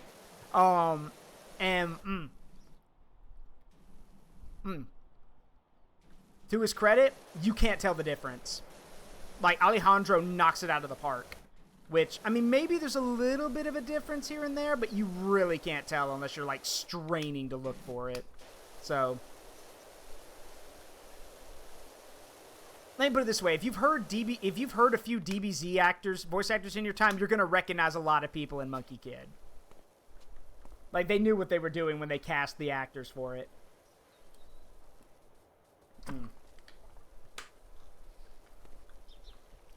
Oh, and so, Nep, do you remember the Badman shirt that Vegeta wore in DBZ? Oh, yeah. So, fun fact, they reference that in Monkey Kid. At the end of Season 4, when Monkey King and Macaque are sitting together, Monkey King is wearing a bathing suit set that looks very similar to Goku's gi, and Macaque is wearing a pink shirt and yellow pants. And it's like I told my girlfriend, I'm like, if that doesn't have Bad Monkey on the back of it, I'm going to be very disappointed and very sad. It's not on there, sadly, but it's very obvious that that's what they're referencing. So,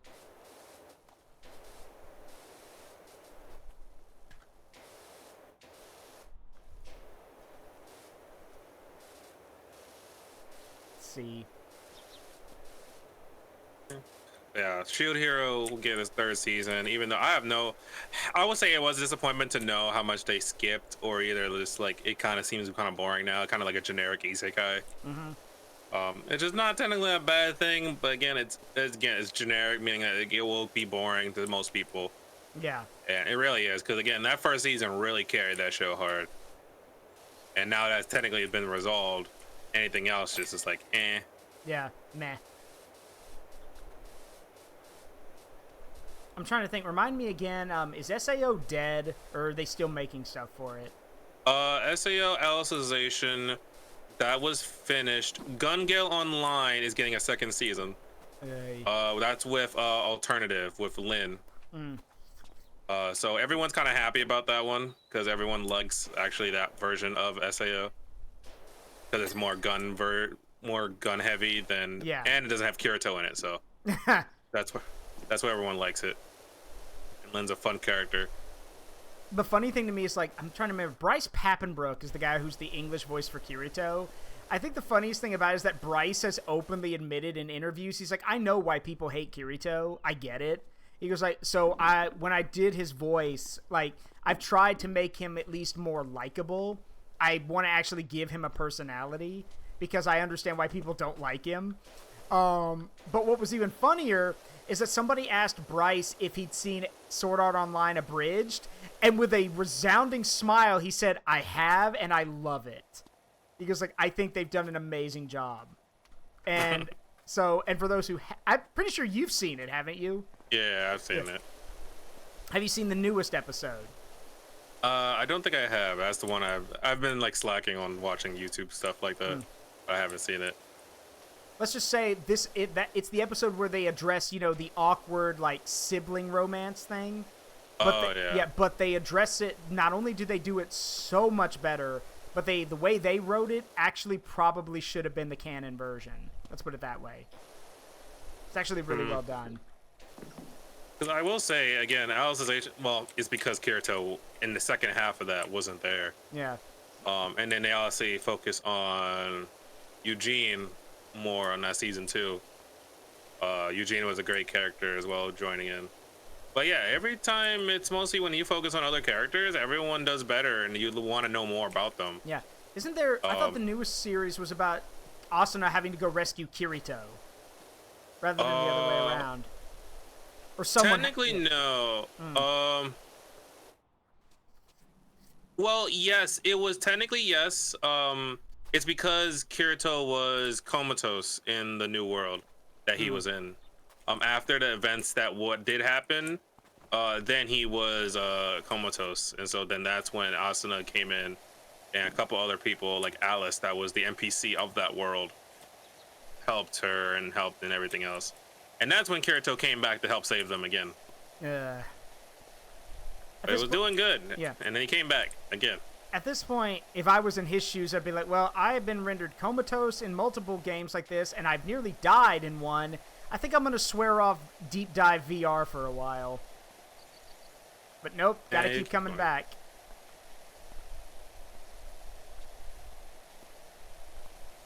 Man, Kirito, you feeling all right? Oh, yeah, I'm great. I'm just struggling to handle this multi-headed dick hydra that I called my life, and I know you're a strong enough dude to take it in stride. Thank you? You're welcome. I treasure our friendship. I've actually... I know... Go ahead, what was it? The new movies are pretty good. The retelling of Sword Art Online, technically. Huh. It kind of follows Asuna's perspective on the first season rather than Kirito's perspective. So obviously Kirito went on his own for a bit, and it was Asuna. And well, yes, they do kind of combine again and again.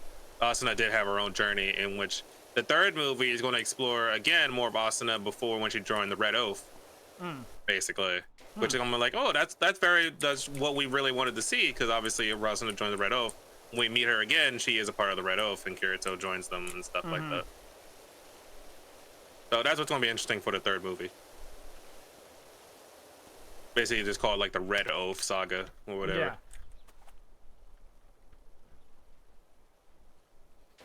I'm trying to think, is it GGO or something else with like the little girl who wears all pink and has like a P90 for her weapon?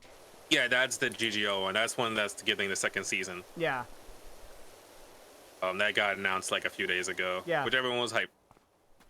Yeah, hyped for But it. that one was fun. Yeah. Because yeah, again, Kirito, main character isn't Kirito doing action in the gun world.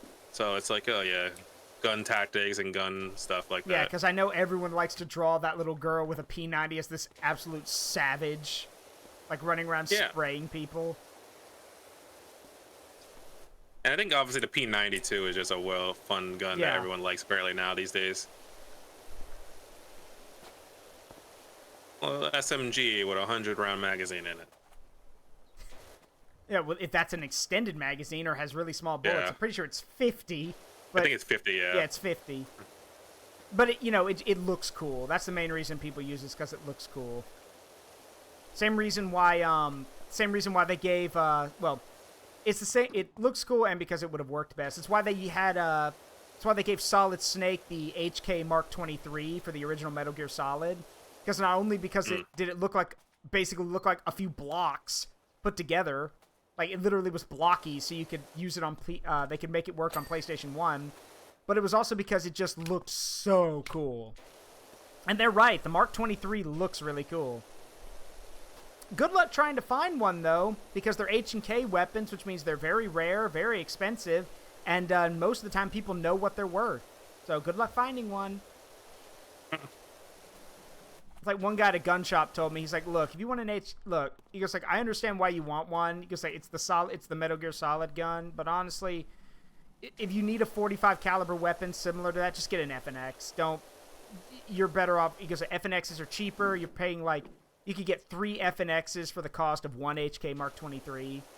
So, and that's like, we're talking HK Mark 23 without like the cool suppressor and like the laser sight that Snake has. That costs extra. Obviously.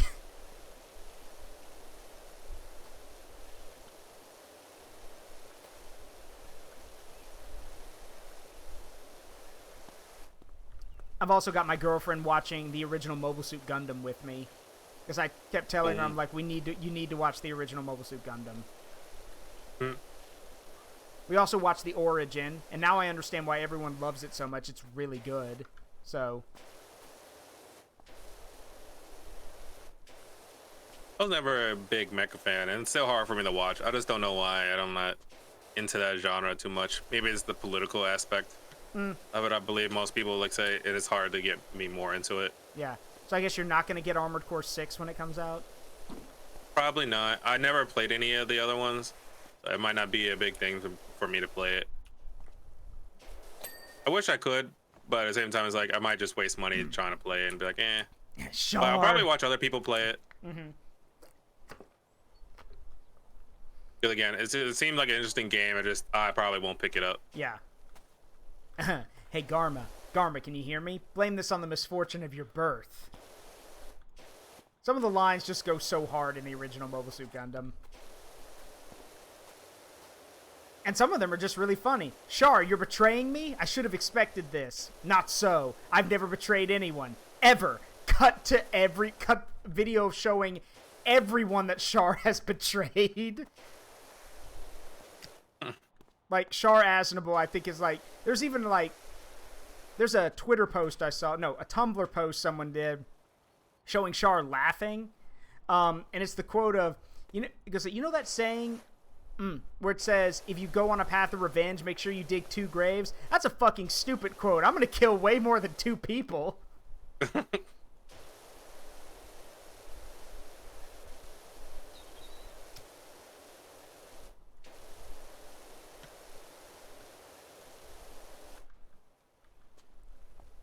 Man, at this point, if this whole skate part is this bad, you might as well just call in a helicopter and have them drop, like, cleaning solution. Bath bombs. Yeah, like, bath bombs or drop cleaning solution all over the place. But you know what was cool though? Apparently, what we saw like during Anime Expo, a lot of cool anime like Dungeon Meshi is coming out. But then you have Penny and Stocking that was announced. Yeah, is this supposed to be a follow up or is this supposed to be a remake? Apparently, it's going to be a follow up. It's supposed to be. Obviously, because Penny and Stocking is an original, so there's nothing to go off of. They're going to do a whole new. They will continue on from the cliffhanger that was that. Yeah. That ending. I wonder how they'll do it though. That's the true thing. Yeah. Because I always like watching original shows. That show was just obviously just off the walls of fun for obvious reasons. But when you find an original anime that was like the Akiba Maid War, then you have nobody who can say, oh, this will happen, or I can't wait to see when this happens stuff in the anime. And it's like, no, you can't say that because everyone will be tuning in each week to find out what the hell is happening. And I mean, you can also take things that even if people know what's happening, you could still throw some twists in there, like they did with the Persona 4 anime. Which had which had a lot of stuff in it that was not in the game, but they added in to the anime, and made made Yu Narukami a deeper character, expounded on some cool aspects, and gave some really cool acting moments to all the characters. Even got to see what Narukami's shadow was. So, oh yeah, I remember that. Yeah. Which I was the only good Persona anime, because then they tried to do 5, and that did not do good. Which, again, they didn't need to do, because the game was brand new, and they kind of missed the point of... The whole point of the anime is just to, like, expound on what's already there. Like, we know, like, the game stuff has to happen, but you can build on that, which they didn't do with Persona 5. Oh, yeah, and the animation was not very good. That, too. That either. Though I will give credit to the voice actors. Xander Mobus and the others did an amazing job with the acting. Like, you got to give them credit for that. Are you even an adult? Well, I'm a dad. Which basically confirmed, because, like, one of my friends joked, he's like, remember, if the characters say it in the anime, that means that's the canon choice in the video game. So, Yu Narukami is literally, like, this distant, very, like, smart-ass kind of guy. And Ren, or Akira, whatever you want to call him, is, chaos incarnate. So...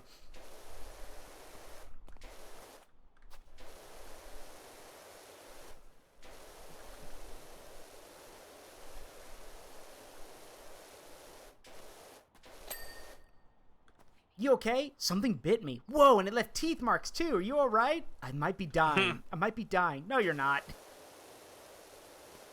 And of course, then in Persona 5, we have the whole where in the haunted house where, like, Ren grabs onto some girl's mask, show me your true form. And Ryuji has to sock him upside the head. Dude. Sorry, force of habit.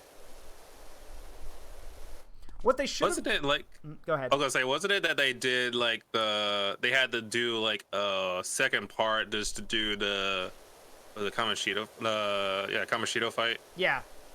And what they should have done is what they should have done instead is if they had waited for Persona 5 Royal, like, well, okay, so technically for example, there's a Persona 4 and a Persona 4 Golden anime, but everyone agrees that the Golden anime is not necessary. Like, it didn't need to happen. And with Persona 5, I kind of think it would have been either A, you add the Persona 5 Royal onto it because the Persona 5 anime needed a bit more content to it rather than, you know, just the game. Or you could wait for the Strikers, which Persona 5 The Strikers has a very interesting story tied to it, even though it's basically a Dynasty Warriors game. It also has now we're getting Tactica. Yeah, which, sure, okay. They can't stop. No, can't stop, won't stop. It will milk this thing dry. I mean, that's what until the very end. Yeah, it's like that comic said with you talking to Akira. He goes that they're gonna drain you for everything you're worth. I hope you're ready for that.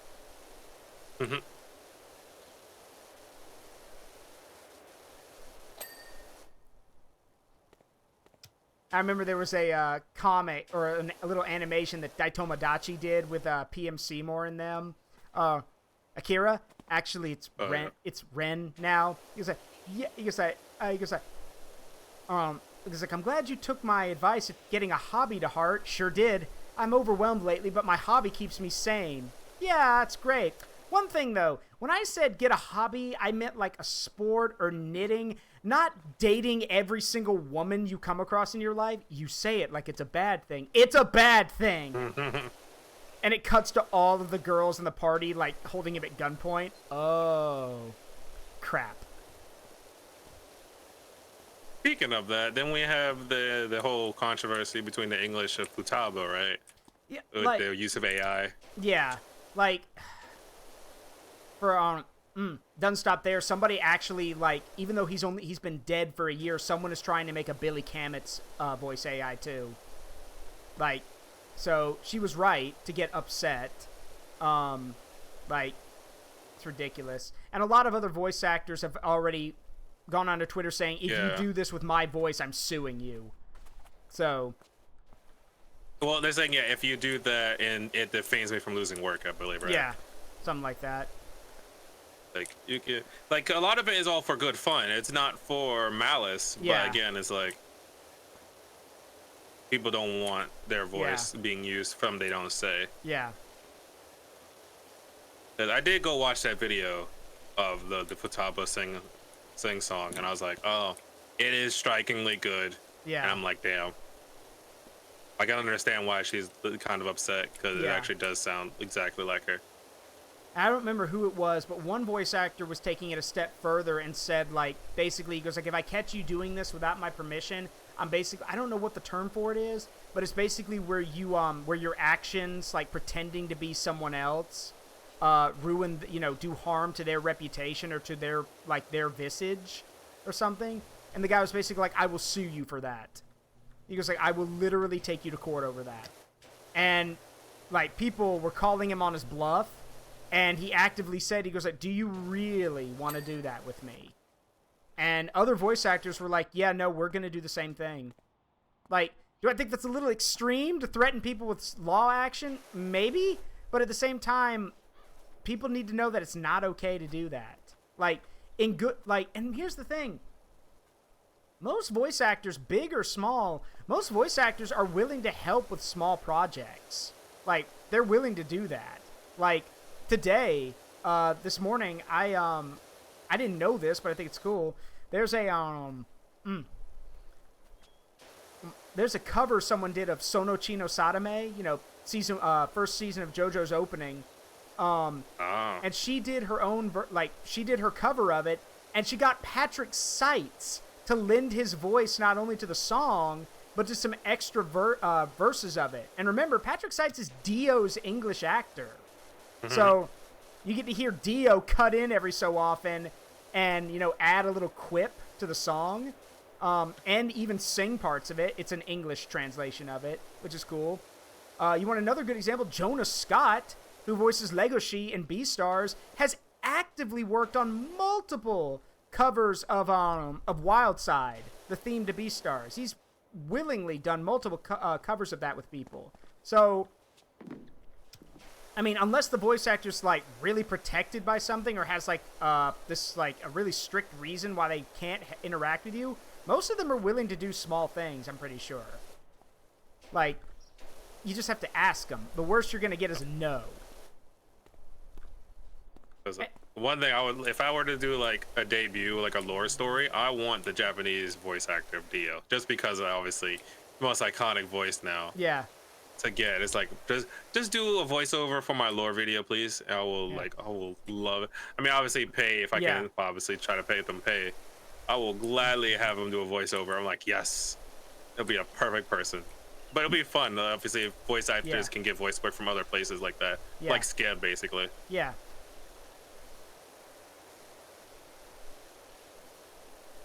I know a lot of YouTubers do it now. Like, what is that site they call it? Fiverr. No, not Fiverr. It's an actual site where you can do cameos and stuff. I think it's actually called Cameo. Huh. It's a website called Cameo where what is it? Nostalgia Critic. He does cameos. Yeah. Like, you can get a voice actor to do stuff for you to say happy birthday or just say a simple line and stuff like that.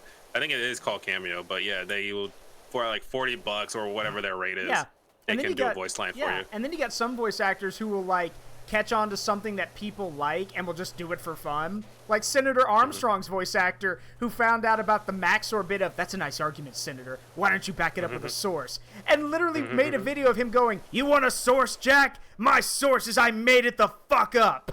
Like, it's just, he did that with a smile on his face. So, again, like you said, most voice actors of any kind or any quality or any experience are willing to do stuff for you, and usually for pretty cheap. You just have to pay them or ask nicely. But again, as my girlfriend points out, AI is already too good because it's gotten to the point where people are making corn in, you know what I mean, without consent. Yeah. So, yeah.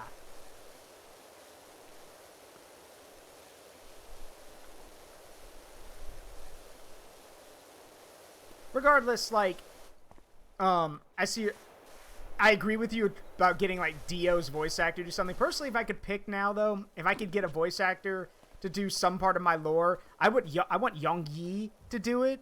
You know, because not only is Yongyi Father Pucci from JoJo, he's also now the English voice of Kazuma Kiryu. So...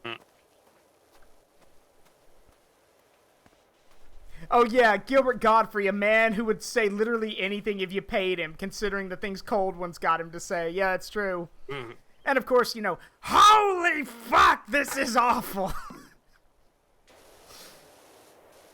But I guess now, like, the whole thing it boils down to is, at the end of the day, it's taken away. Like, I like what Matt Mercer said. He mentioned, he goes, that AI may be around, and it may be the cheaper option. He goes, but people can tell the difference. And worst of all, with an AI, you can't really impart inflection or emotion or certain things that an experienced voice actor knows how to do. So, I mean, heck, do I think it's going away anytime soon? Probably not, but AI art is dying, so I wouldn't be surprised if AI voice work makes its way out at some point. I could say maybe AI voice is dying, but at the same time, I see so many people that it's getting a lot better, too. There's some people who's actually still pursuing it.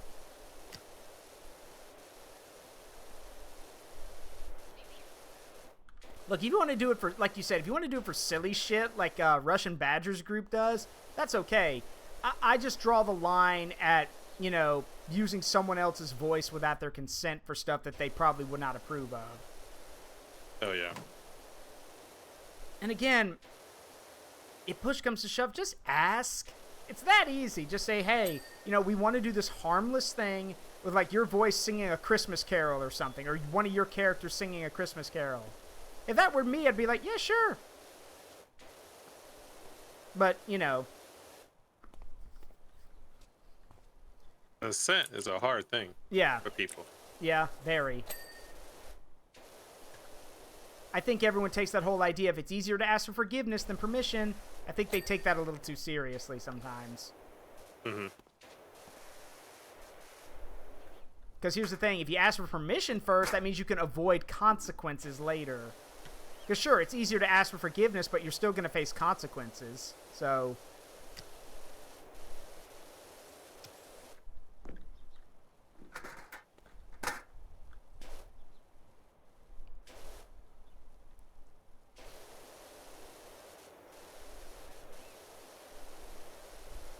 Hey, it's getting deeper. I had a conversation with my dad talking about this, and I was like, I hate talking to him about stuff like this because he is that conspiracy guy.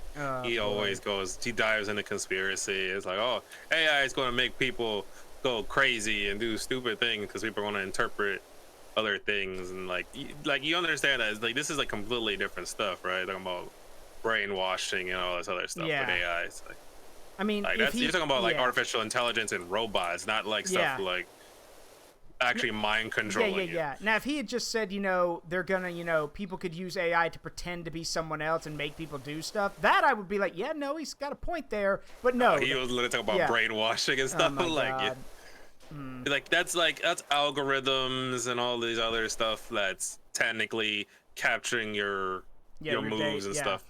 Yep. What's that, I actually got this, speaking of fathers, it's funny you mentioned that, because I actually got my dad, I don't know if have you seen the poster of, like, the U.S. World War II soldier with, like, the canteen cup, and it says, how about a big cup of shut the fuck up? Think before you speak. I got that from my dad, and he looked at it, and he smiled, and he's like, okay. He goes, are you telling this to me, or are you saying I should put this up in somewhere in my office? I'm like, that's for you to decide. And he's like, well, I'm going to take it as you want me to put this up in my office somewhere. And I'm like, yes, that's what I'm hoping you'll do. Now, he told me, because, look, I probably can't put this up in my office. Some people will get very upset with me. However, because what I am probably going to do is put it in a frame and put it, like, somewhere where only I can see it. So then if someone's getting on my nerves, I can just look at it and get a chuckle out of it. Oh, hey, Jack. How's it going? Welcome in. What is it? How about a nice hot cup of shut the fuck up? Because I think before you open your mouth, as the thing goes. And yeah, we were Mega Zero. We're done now, though. But yeah, I know that one. I'm trying to think of, there's another one I've seen that says shut your mouth, save your teeth. Like, I love stuff like that, because, like, nobody ever listens to them, but sometimes it's good to wear what you want to say on your shirt or on your clothing.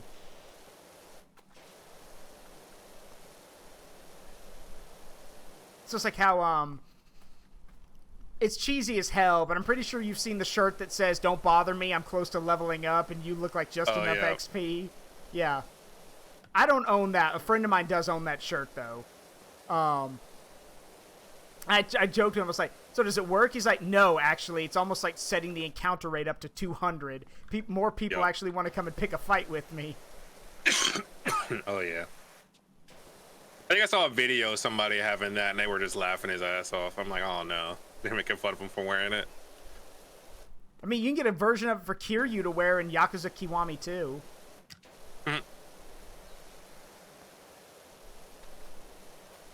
There's also a mod, I think, like, I don't know if it's for Yakuza Kiwami or for Kiwami 2, but you can get a mod that allows Kiryu to wear the drip jacket.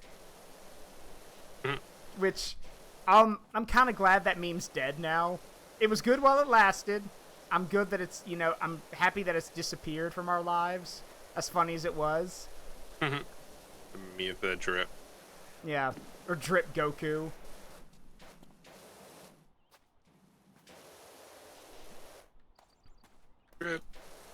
Fun fact, Akira Toriyama has, I think I remember reading somewhere that Akira Toriyama actually knew about Drip Goku and thought it was hilarious.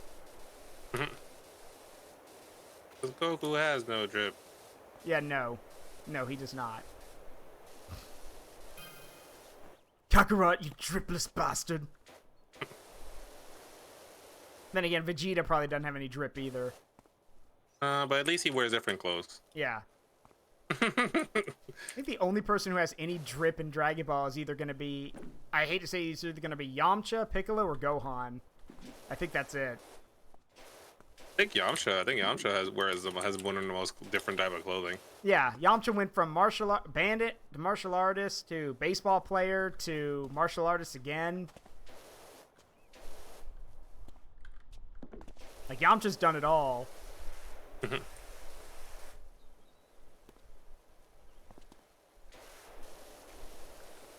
Hey, Andrea.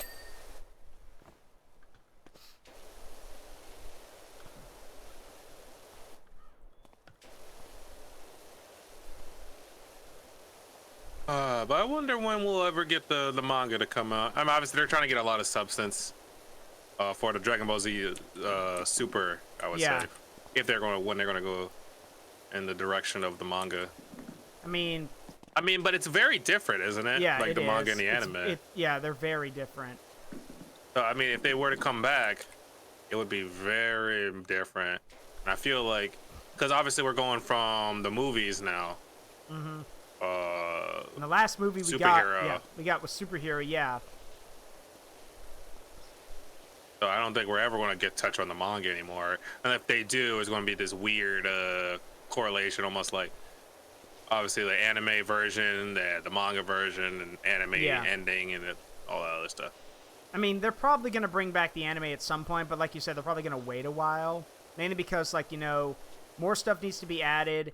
And, like, I think there was something I read somewhere that Black Frieza was actually really divisive, and a lot of people were very a lot of people didn't like Frieza coming back again as the antagonist. To which I was like, I mean, what did you expect? Like, that was... Yeah, they brought him back. Yeah, for that reason. Like...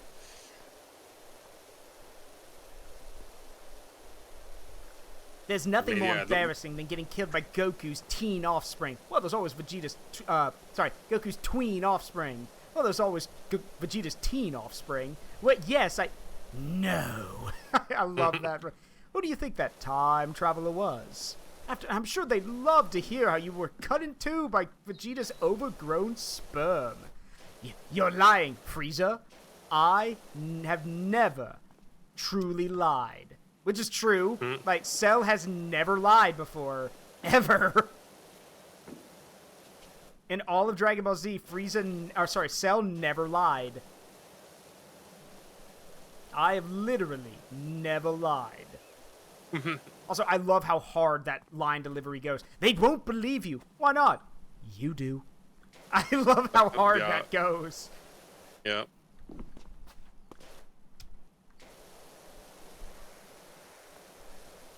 I feel a lot of people at this point now, and seeing how the anime will be different than the manga, I feel a lot of people, obviously forums, have saying if we're going to bring people back, we might as well actually introduce Cooler. Yeah. The universe, because it just makes sense. Yeah. We finally bring this motherfucker to make the canon. The least to say. But I mean, I think he needs to be there. Yeah. But I think the thing is, if you make Cooler canon, the big thing becomes people are gonna Toriyama would have to explain where the hell has he been the whole time? Did he literally just sit back and watch as Frieza was part of the world tournament and Frieza, discovered golden mode and all that other kind of stuff? Did he just sit back and do nothing? We could just explain that he was in prison somewhere or somehow, but yeah, that's gonna be weird. Yeah, Nishio, that would be Takahata 101, who's also a VTuber now. Taka runs the Weary 101, which is a bar. And the reason it's a bar is because Taka overcame alcoholism, and one of his ways of, learning from that is running a bar as a VTuber. So I think that's pretty cool. Yeah. And he's actually an ambassador on Twitch. Yeah. He's a Twitch ambassador. So he's in charge of actual, content that would be somewhat, allowed on Twitch or discussed about. Fun fact, he actually follows me on Twitter. Oh, yeah. Because someone asked, who's one VTuber you would want to collab with? and I tagged him, and I'm like, I mentioned, I was like, Taka's cool. He's got an amazing backstory, and his personal journey of what he's overcome inspired me. Been an inspiration. And I honestly think he and I could talk for hours. And he followed me and then sent me a DM saying, "Talk for hours, you say?" Like, he's yet to invite me to the bar. Maybe one day. One day, Zaruk, one day. I'll just sit over here in the corner of my forest, hoping and longing for the day. Oh, yeah. Because I know he followed me, and that was because I think someone recommended that I would appear to the bar. And I was shocked because I was like, oh yeah, I follow his stuff, but I wouldn't know what to talk about with him. I watch all his stuff, but it's like, I don't know. I know he watches wrestling and stuff like that. I could discuss that and all that other cool stuff, but I don't know. Like, obviously there'll be other people there, so I don't know who else would be able to help tag a conversation along. I mean, I think for me, the things I could talk to him about are not only like, you know, the funniness of wrestling and like how it's kind of gone over into other cultures. Because like, for those who don't know, if you watched my July 4th stream where I played Metal Wolf Chaos, the creator, like, FromSoft literally said when they made that game, it was heavily inspired by WWE. So you see a lot of, like, wrestling stuff in the game. Like the whole, Michael Richard! Like that. That's WWE stuff. Yeah. But then we could also talk about Warhammer, because Taka's a huge Warhammer nerd and was part of Alpha Booze's What If the Emperor Had a Text-to-Speech thing. So, there's that. Yeah, sometimes Zaruk floats by the mail tree, and I have to carry him back home when he floats by for too long. Okay, just because I'm waiting for the letter to arrive doesn't mean I have a problem. Hey, Panda, welcome in. Also, you said you want Bojack to be in there? Bojack? Oh, my God. Also, my friend Andrea... That movie was definitely interesting. Yeah. Also, my friend Andrea says Kojima may be making a movie. A rumor she just heard. I mean, Kojima's making Death Stranding 2 right now, so... Yeah, he also... And remember, Kojima wanted to be a film director before he went into video games. He just realized, he's like, well, I can use video games to make movies. Or to tell stories. And that's why Death Stranding's basically a movie. Which, Mr. Kojima, that's not a problem, but if I'm going to pay money for a video game, I would like to play the video game, please. Literally have cutscenes that last an hour. Still holds the world record. Metal Gear Solid 4 still holds the record for the longest cutscene in a video game. Yep. Kept you waiting, huh? Yes! For over an hour to play this damn game. It took so long my PlayStation shut down. I just let it sit there. He put out a news article about Death Stranding. Really? What'd he say in it?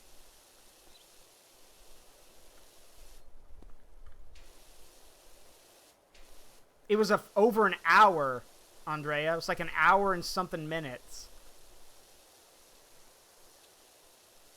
I agree, Fountain. He probably, well, again, that's what he wanted to do, was do film, and he's probably better suited for movies, but still, like, the man still has a talent for video games. That cannot be denied. Plus, he gets a lot more hours out of video games anyway. Yeah. Video movies, you can't. Most people can't sit down for longer than an hour just watching a movie. They fucking have to go to the bathroom, look on their phone. They can't even sit down that long. Yep. People's attention span today is so small. Yeah. That's actually one of the things I'm trying to focus on more to get more attention on my Twitch channels, that I know short stream content is more attractive to people now. So I'm working with someone while my main moderator works on editing down big videos. I'm working with another editor to make smaller time content stuff that I could post on YouTube for people. So, yeah. I definitely gotta do that myself. Yeah, because naturally nobody wants, like, maybe some dedicated people will watch a VOD, but, like, nobody's gonna watch, like, a full, like, most people are not gonna watch a 3-hour-long VOD, obviously. I'm dreading the 2-hour Xenogear cutscenes, quote-unquote cutscenes. Oh, God. Have fun with that, babe!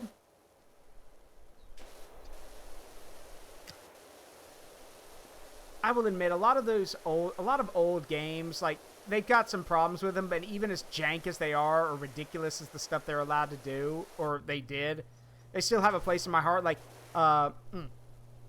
myself and some people from my community did a riff and dub of Grandia, the original game, where we basically went through and played through the game, but everyone got to voice a different character. And Grandia is fun. I see why people like it so much. But it's also one of those games that you could tell the original voice acting was not that good. Like, ironically, though, the interesting thing is that I think, if I remember correctly, 2 of the voice actors from Grandia still have voice acting careers. They stuck around and kept at it. So I think that's cool.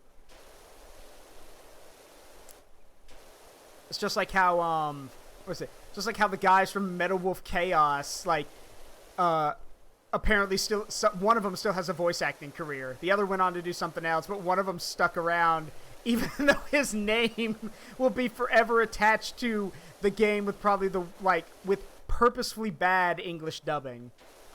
Mm-hmm. That's actually a good question. What game, when you think bad voice acting, what game do you think of and you can't say Resident Evil?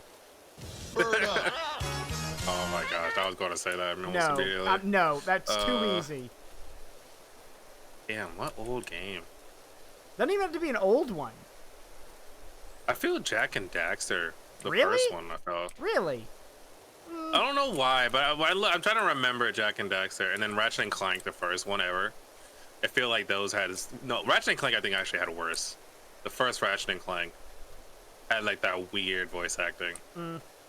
I believe it was like Ratchet was like very mean and much of an asshole in that first one, and then later on they made him more sympathetic and stuff like that. Well, the reason he was so mean in the first one is that he just wanted to get off of Veldin, and then later when his planet was threatened, he got very aggressive and very combative over everything. So understandable, but he did.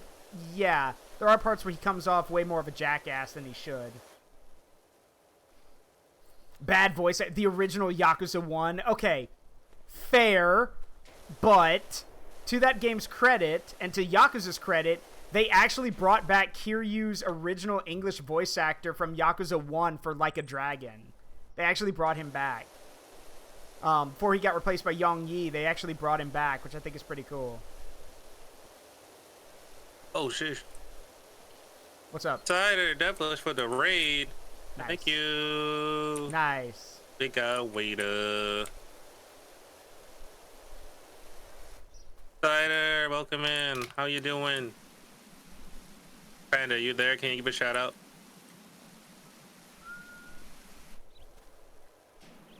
How you doing? What we guys playing?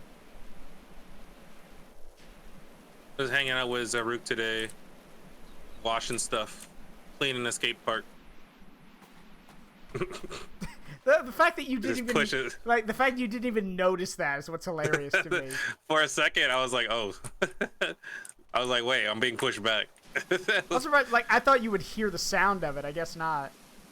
No, not really, because I was squirting. I was squirting too. I was like, oh. I was like, oh. Then I was feeling my body just being pushed. I was like, oh, there it is. Final Fantasy 14. Hey yo. I wish those games are literally the most biggest time wasters. Yeah. But you get so much joy out of it if you're really into those type of games. I just can't do it. I can't. I used to play Guild Wars 2 for a long time. I stopped. I didn't have time, and I was still a kid back then playing a game like that. So I'm like, yep, no time now. And I got to play short burst games, or if I do really stick to one big game, then it's like Final Fantasy 16. I recently finished. That was a great. I pushed through that game. That was fantastic. Okay, speaking of Final Fantasy, does anyone remember Brintlefloss, the old guy who would do the guy on YouTube who would do music his own written music taught using the tracks from old games like Final Fantasy?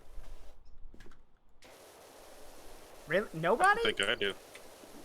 Disc 1 spins and a tale begins about a punky dude who's emo just a bit. Talk about Final Fantasy 7. His memory's shit, but he's real tight-knit with a childhood friend who has enormous eyes. He has to divert the camera. Didn't he end up in drama? No, he just quit. He just retired from it. Speaking of that, I believe there are rumors that Final Fantasy X will get yet another remake, but to get the Final Fantasy VII treatment. I'm sure my girlfriend's gonna love that. My girlfriend loves Final Fantasy X. Tell him, babe. Tell him how much you love Final Fantasy X.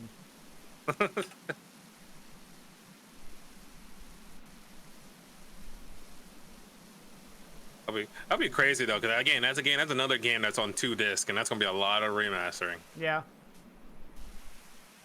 It's like saying I want to remake Final Fantasy 13. It's like, even though I think they should, because that game was definitely not the best, especially the first one. Final Fantasy 13 2 was a lot better.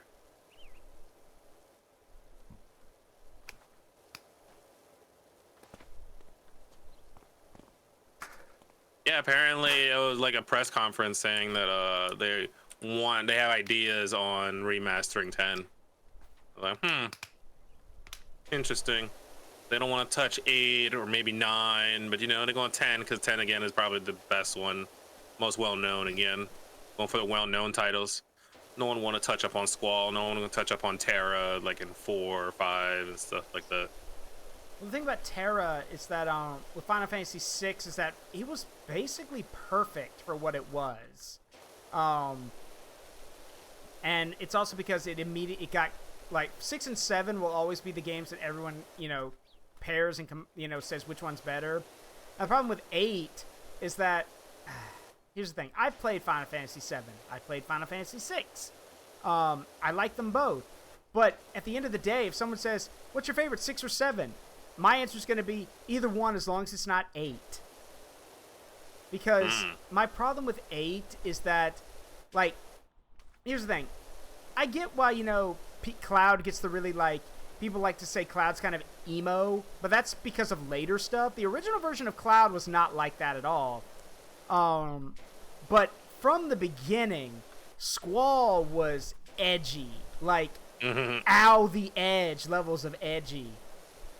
Like, and it bothered me because he was always, like, so dismissive and dickish and, like, I think Pro Jared said it best. I like how he put it. Squall has none of his own initiative. Everyone else has to make Squall do something. Which I'm like, yeah, that's true. So I hope later down the line we'll get like a World of Final Fantasy 2. yeah. Like we'll just get like another 30 years of Final Fantasy, and then we'll go That's the one where, like, World of Final Fantasy 2. That's the one where everyone was like really chibi, right? Yeah, it was cute though. Man, hello there. Old nostalgia characters. Have you seen the video like of Cloud and Sephiroth in a nutshell, and it has like these AI voices being like, "Hello there." Like when Sephiroth shows up, he's like, "And now suddenly I'm adorable." There's no way he'll show up in this adorable anti-edge game. "Hello there. Would you like to purchase Chibi Sephiroth DLC?" "No, thanks. I think I'd rather just kill myself."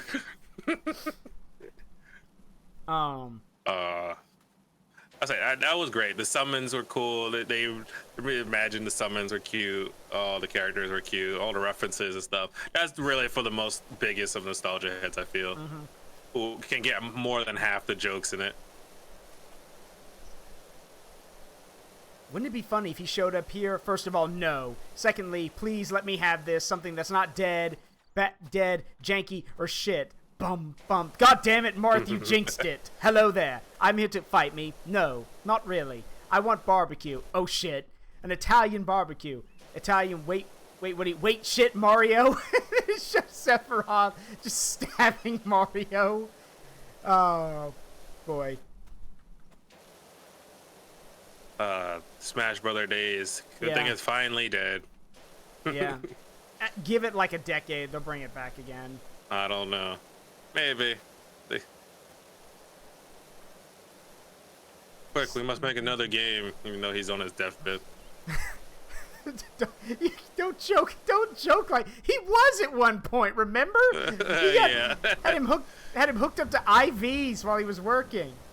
Oh my gosh! Yeah. My friend Andrea's right. Cloud not being traumatized. Sephiroth, and I took that personally. I will never be just a memory.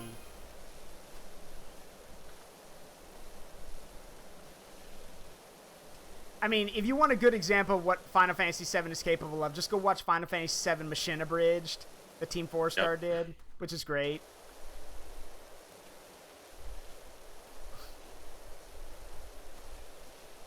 Give another 2 years for Smash? Maybe. I doubt. Actually, I highly doubt that they will bring back Smash again.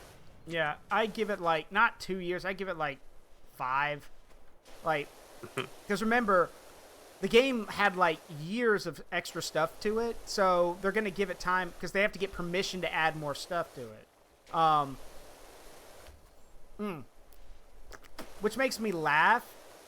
Because it always makes me realize why, because naturally a lot of people were asking, because Yakuza was spiking in popularity during the time of, you know, during Smash's new setting, or new game, and they asked, like, hey, how come, you know, Kiryu can't be in it? And the director or creator of Yakuza said that Kiryu would never be in Smash Brothers because Kiryu would never hit a woman. That's literally, he said, I will not allow him in the game because Kiryu would never hit a woman. And I'm like, okay, fair, except, one, that's kind of silly. I mean, good on you for sticking to your guns. But secondly, that's fair, we can just have Goro Majima instead. We can just have Majima.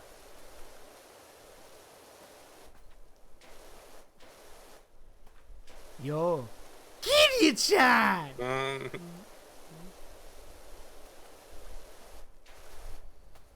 They can top Ultimate. I mean, that's. I mean, it'll be basically Fortnite, right? Fortnite is the #1 like collab game ever. Have the most properties of things like Naruto from Fortnite, like Thanos from Fortnite, like Spider-Man from Fortnite, like Master Chief Batman from Fortnite. Yeah, from Master Chief from Fortnite. We have everybody.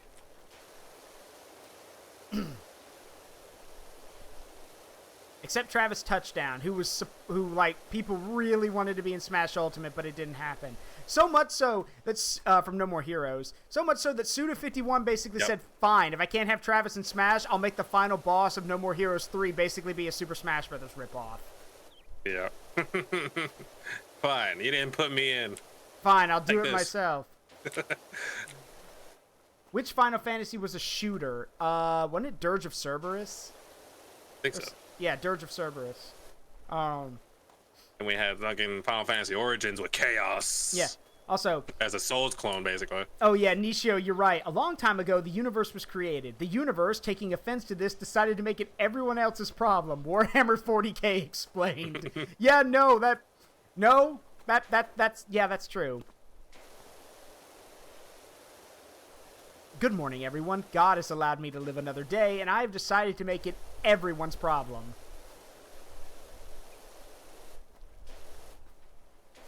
Or, you know, in the beginning, the universe was created. This has made a lot of people very angry and has generally been regarded as a bad move.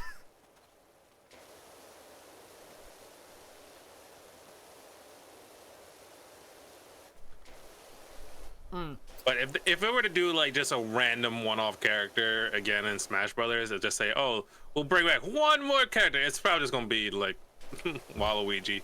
Yeah, as a joke.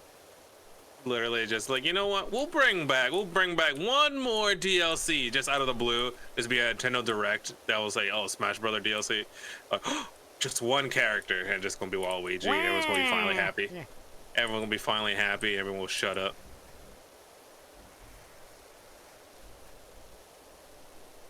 Like, there, you happy? He's in the game. Never ask me for anything again. Also, we never forget the Piranha Plant. I mean, to be fair, Piranha Plant was a very creative idea. So. Yep.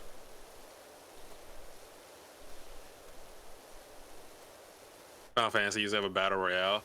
Wasn't that Disgaea though? Yeah, well, Disgaea was more like team-based fight. Well, I mean, it was 1-on-1, then it became 3-on-3. Mm-hmm. Yeah, I know I was quoting the Hitchhiker's Guide to the Galaxy. I just love that line. This has made a lot of people very angry, and it's generally been regarded as a bad move. A Fortnite movie being made? I don't believe you. I don't believe that. Better not be. I would hope not. don't make no sense. Look, if they're willing to make a Fortnite, I know there's an Among Us TV series coming out. They're okay. Yeah, there you go. I know that's real. Okay.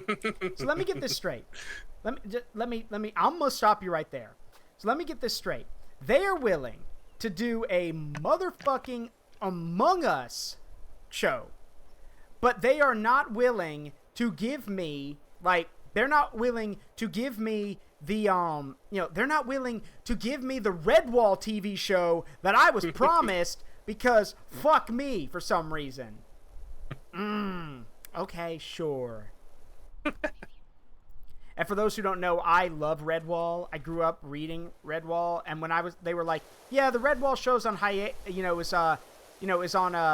is basically on production hiatus. I'm like, motherfucker, just make the show.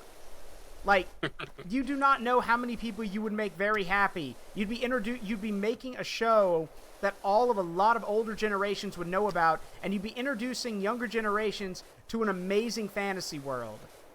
Like, do it! The quote Raiden, do it! Doctor, turn off my meme inhibitors. But no, let's make an Among Us show because, sure, why not?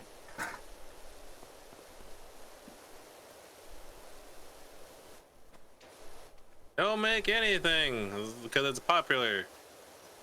And apparently Among Us was popular enough that TV execs were like, you know what? We can make a series. And then the strike happened. Yep. And remember, good people support the strikers, not the executives. Because now everything's going to be pushed back, and we're going to wait. Yeah, good. More it hurts an executive's bottom line, the better. When you read the stuff they were asking for, like, it's not... none of it was absurd. They were asking for, like, general just well treatment, and they were told, no, piss off. You'll do what we say. You only hope Japan would somehow get the same way treatment, but, we got to think about stuff like Japan's horrible work economy is just miserable. Well, you think they'll figure it out at some point, because isn't, like, more than 50% of Japan's population too old to work or something? Yep. Yeah, they'll figure it out, hopefully. Maybe. Hopefully.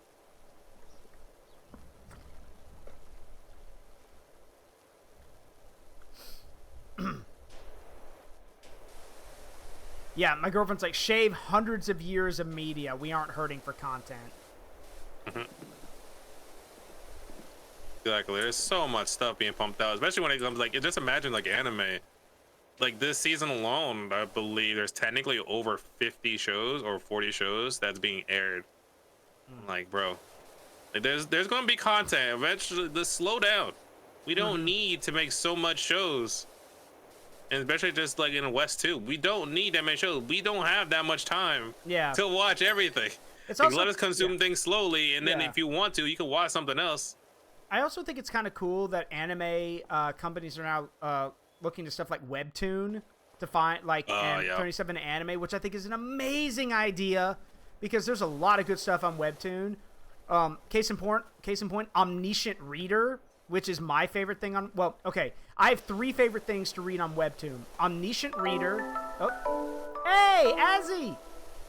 Redbow Rose, thank you for the raid. Welcome, Raiders. I'm Zaruk Windcaller. This is my friend NepZilla. Salute the General. Hello. Hello. And we are playing Powerwash Simulator tonight. How y'all doing? Azzy, what's up? And yes, Mega Zero. That is the medieval... Yeah, it's the medieval mouse story.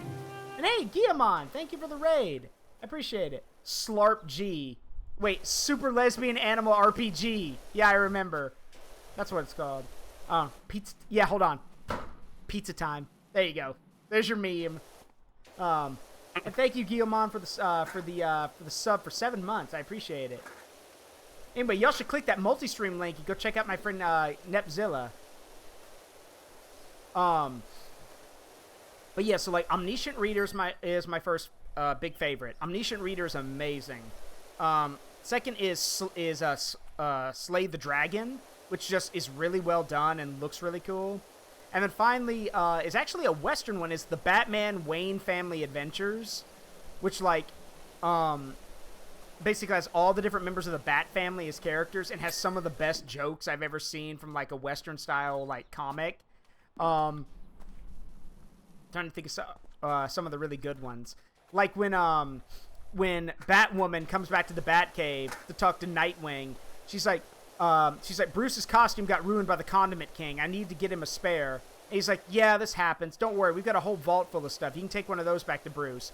And it just so happens that in the Batcave is Red Hood, who's like, hold up, did he say any costume? Because, I mean, there's a lot of them in there, and he didn't specify, so all three of them go in there, and it's literally like, there are so many Easter eggs in that panel alone. If you're a nerd for DC, you'll spot them. But in the end, Batwoman ends up grabbing the Rainbow Bat outfit, which is literally just the Batman cape and cowl, but rainbow colors. As she takes it back to Batman, who opens up this bag and looks at it. I expected this from my children, but not from you. So he has to put it on and go talk to Jim Gordon. And even Gordon's like, interesting costume you're wearing tonight. It was the only extra I had, and I had to be suited up for this. He goes like, come, Jim. Gotham needs us. And then Gordon pulls out his cell phone and takes a picture of it. Because of course he does. Someone needs to draw Zaruk in the meme of never ask me for anything ever again. No, if you're going to do that, you draw both me and Nep saying never ask us for anything ever again. Got to high school, got disrespected. I mean, kind of. I wouldn't say truly, but yeah, it just missed out on a lot of content. It pushed it very fast. Oh, and don't forget Star Wars Legends. Is Star Wars Legends 2 out now? Like the other... You mean Visions? Yeah, Visions, sorry. Is it out, or is it coming? No, not yet. No, it is yet. So it's in the works.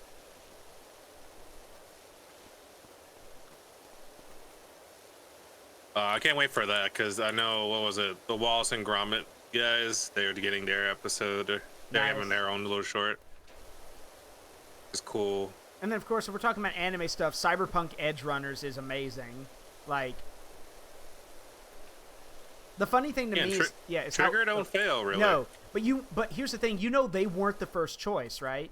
They weren't. They were like the fourth or fifth choice, because what had happened was at the time, the guy from CD Projekt Red was like, look, we need to get an anime company to make this happen, and they looked through all the companies, and Trigger was like fourth or fifth on the list because at the time, Trigger hadn't had too many hits.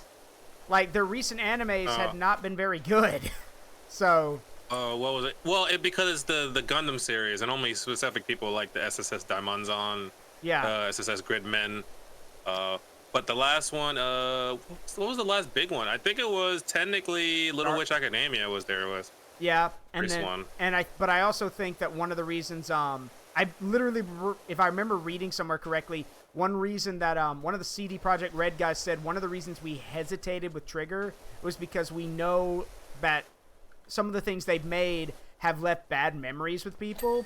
Because in fact, one of the team members on their art team for Cyberpunk said, literally, he said, quote, looked at me and said, "I remember when they made Darling in the Franxx. I don't trust them to do Cyberpunk."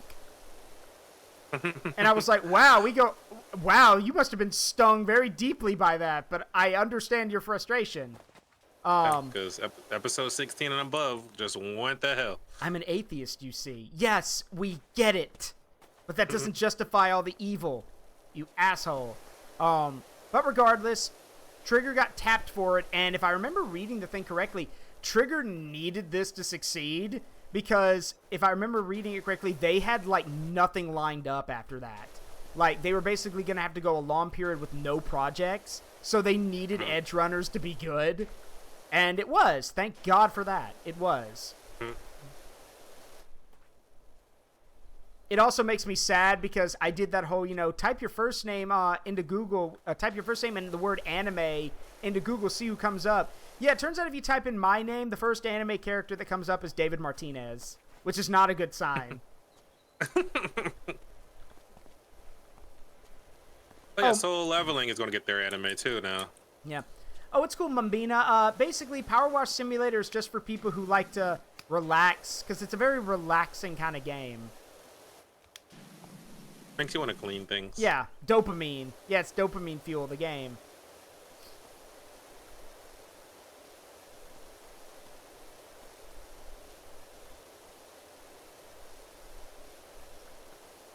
%98 done.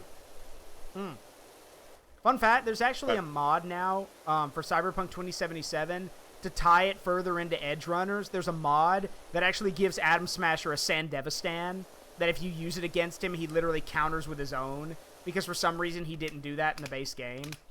So, even though the anime was like, yeah, no, he has one of those. I do like the meme, like, obviously, when everything happened at the end with Atom Smasher, with killing Rebecca, everyone was like, you know what? I'm gonna go into the game and fuck him up. I was like, yeah. Like, just immediately show him dead. Yeah. Like, yeah, I like that. Yeah. Atom Smasher, hurry, get rid of them. Who the fuck are you? Hey, you hurt Rebecca. Die. Yeah. Actually, there was, it was actually one thing people actually asked CD Projekt Red to include was a voice line where the character, where V actually says that's for Rebecca and David, and they were gonna have Atom Smasher react, but they just weren't able to get the voice actors back to do it, which makes me very sad because, like, I could have imagined Atom Smasher being like, he's gonna wonder how you even know who they are. Yeah. How do you know their names? It's like, yeah. Oh, he does counter in base game. I didn't know he countered Sandevistan.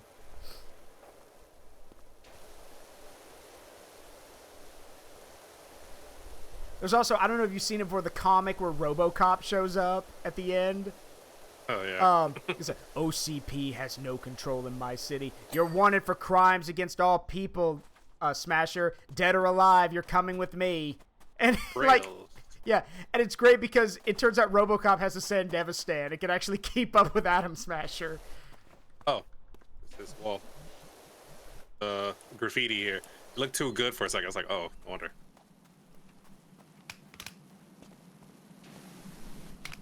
Nope. Spin. Hey, Ren Bear, welcome in. Creative vibe. Yeah, we might just end after this. This is probably a pretty good spot after this. Yeah. Finishing this big ass park. Yeah, we've still got to finish. There's still a rail and the floor. The floor is gonna be kind of tough because there's like little spots everywhere. Hope you're doing well. Doing well, Wenberry. How much you want to bet there's like a big piece of graffiti we missed on the floor or something? Doubt it. But let me see. Rail. Gotta clean the rails here somewhere.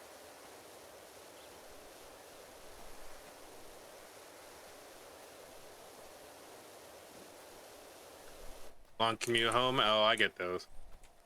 Oh, okay. I remember I wanted to ask you this, but I forgot to. What is one game, if you had the power to turn any video game into an anime, what would it be and why? Ooh. Nier already got it, so that was like the one I was thinking right on the spot, but that just recently got it. Let me see. Let me think of another one. I'm trying to think of a very cool story wise. So I can give you two right off the top of my head. Alright, give me yours, and All maybe right, I'll think of mine. Bravely Default. Bravely Default. There we go. There's the floor. And a surprise, System Shock. Because I want to see how an anime company would do Shodan. Like, I think an anime company could go nuts doing Shodan. Interesting. You know what? I was going to say Twisted Metal, and I know that's coming out now, and I'm upset. So actually, it was going to be Twisted Metal. I was thinking about it. I was like, Twisted Metal's getting a show now, and I actually do wanted that. And I'm upset because it looks bad. Yeah, also, Andrea's right. Sly Cooper anime. That actually would be kind of cool. Yeah. Nah, but Twisted Metal I thought would be a cool idea. But now it is getting one, and now I'm regretting that decision. You mean the movie? That's a series. Oh. Well, yeah, a movie, but it's getting a Twisted Metal series. Oh, no. It's already out on Peacock as trailers and stuff like that already. Where's the ladder? Over on the corner here.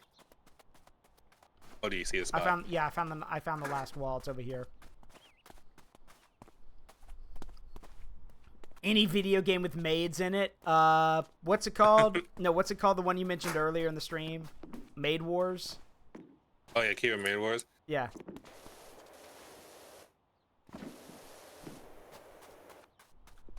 Okay, so there's apparently something on this wall. Like this part right here. Trying to find it. Hold on. There we go. I got it. Yay! Okay, let's see what Clean. let's see what it. Just, I love the speed up thing and just watching two people run around in different directions. Sorry, Mumbina, not tonight. All right. Oh, this is a quick one. We can do this one and then call the stream. It's clean the motorbike and the sidecar. That's easy. Oh, okay. All right, yeah, sure.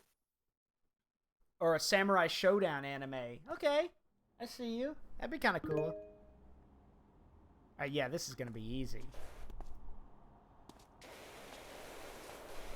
Just a motorbike. That's it, or Yep. there's something else. Just the motorbike and the sidecar. Definitely gotta get the DLC for this for the SpongeBob stuff. Yeah, and the Warhammer stuff. I'm gonna Alright. lose my mind when that comes out.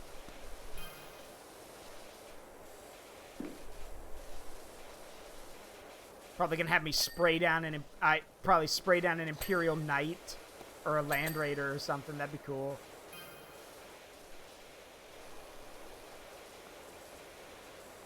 Brother Wash, come clean the Holy Land Raider.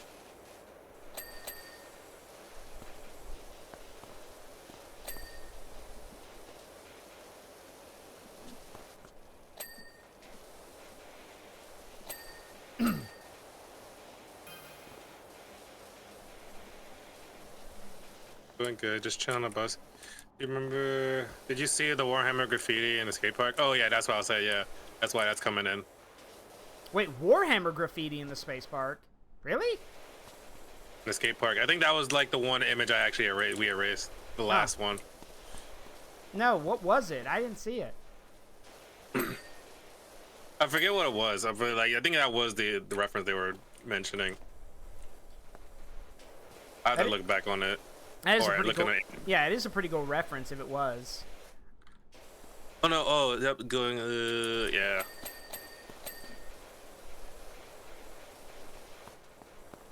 Imagine being allowed to power wash a Space Marine's armor. That would be kind of cool, honestly. Oh, it's right on the side here, right in the middle. Guess the Space Marine chapter, clean off the armor and guess. Surprise, it's Ultramarines because that's all people recognize nowadays.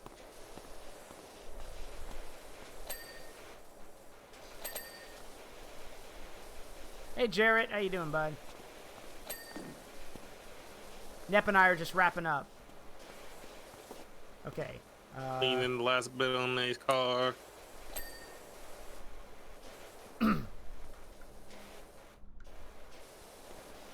It's like right in here on the wheels and everything. Like right in between the wheels somewhere. Yeah.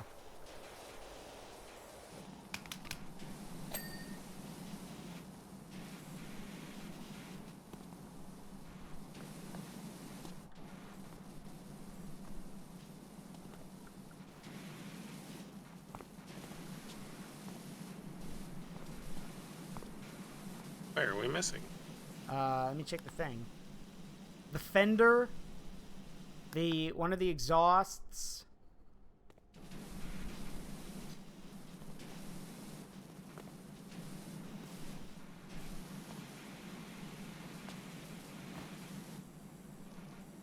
Here.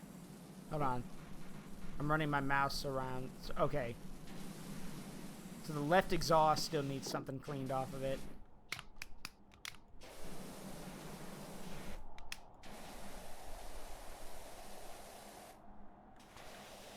Oh, that's bullshit. I see it.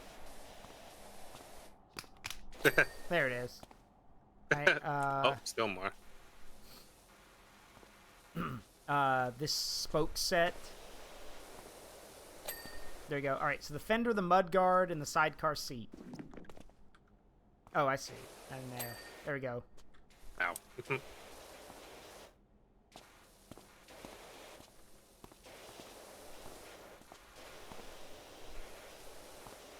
Mudguard, you got to get probably up underneath it.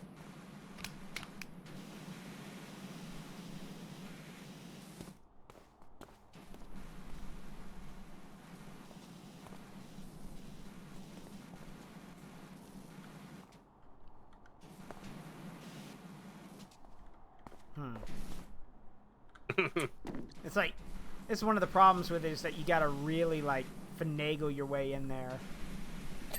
There we go. Alright, the fender. Wherever that is. I'm not in the cars or motorcycles. Neither am I. Neither am I. I own a car. I own a car. Doesn't mean I know everything about it. Found it. It's this, fender's this thing right here on top of the wheel.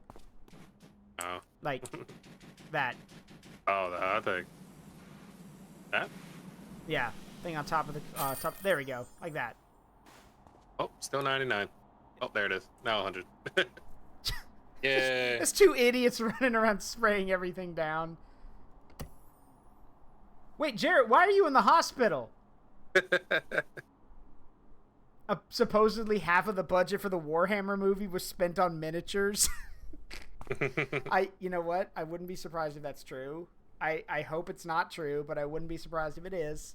Anyway, yeah, that's a good stopping point because the rest of these will take too long. So, yeah. So I appreciate you doing this. We got to do it again sometime. It was fun. Really do appreciate it, Nep. You have a great night, and thanks for swinging by. Everyone say thank you. Bye. You guys have a good one. All right, talk to you later. See ya. Yeah. All right. Thank y'all very much for this. Near heat stroke at work, collapsed, and coworker. Well, I'm glad you're doing okay. Let's get ready to go raid someone. Rest tonight, Jared, okay? Drink plenty of water and rest up. Oh, you have Dark Tide now. Good, Andrea. Good. Good. All right. Let's see. Actually, I know who we can go raid. If she she is. Good. She is. I know who we're going to go raid tonight. She's about to go to FanFest later this week, so we're going to go say hi to her. We're going to go say hi to Nixie, because Nixie's going to FanFest later this week. And I want to introduce a lot of you to my best friend. She and I have been friends for over a decade. So, hold on. And I want to go support her. She's playing Super Castlevania, so let's do this. Let's do this. All right. Let's go say hi. Y'all be on your best behavior. And as always, big thank you to NepZilla. And I've been Zaruk Windcaller. It's been a privilege and a pleasure to entertain all of you. And remember, the memories you make in life, good and bad, make you who you are. Don't trade them for anything. Love you guys. See you all tomorrow for The Evil Within 2. We're finally starting a big one. Bye-bye. Where's my button? Oh, bye.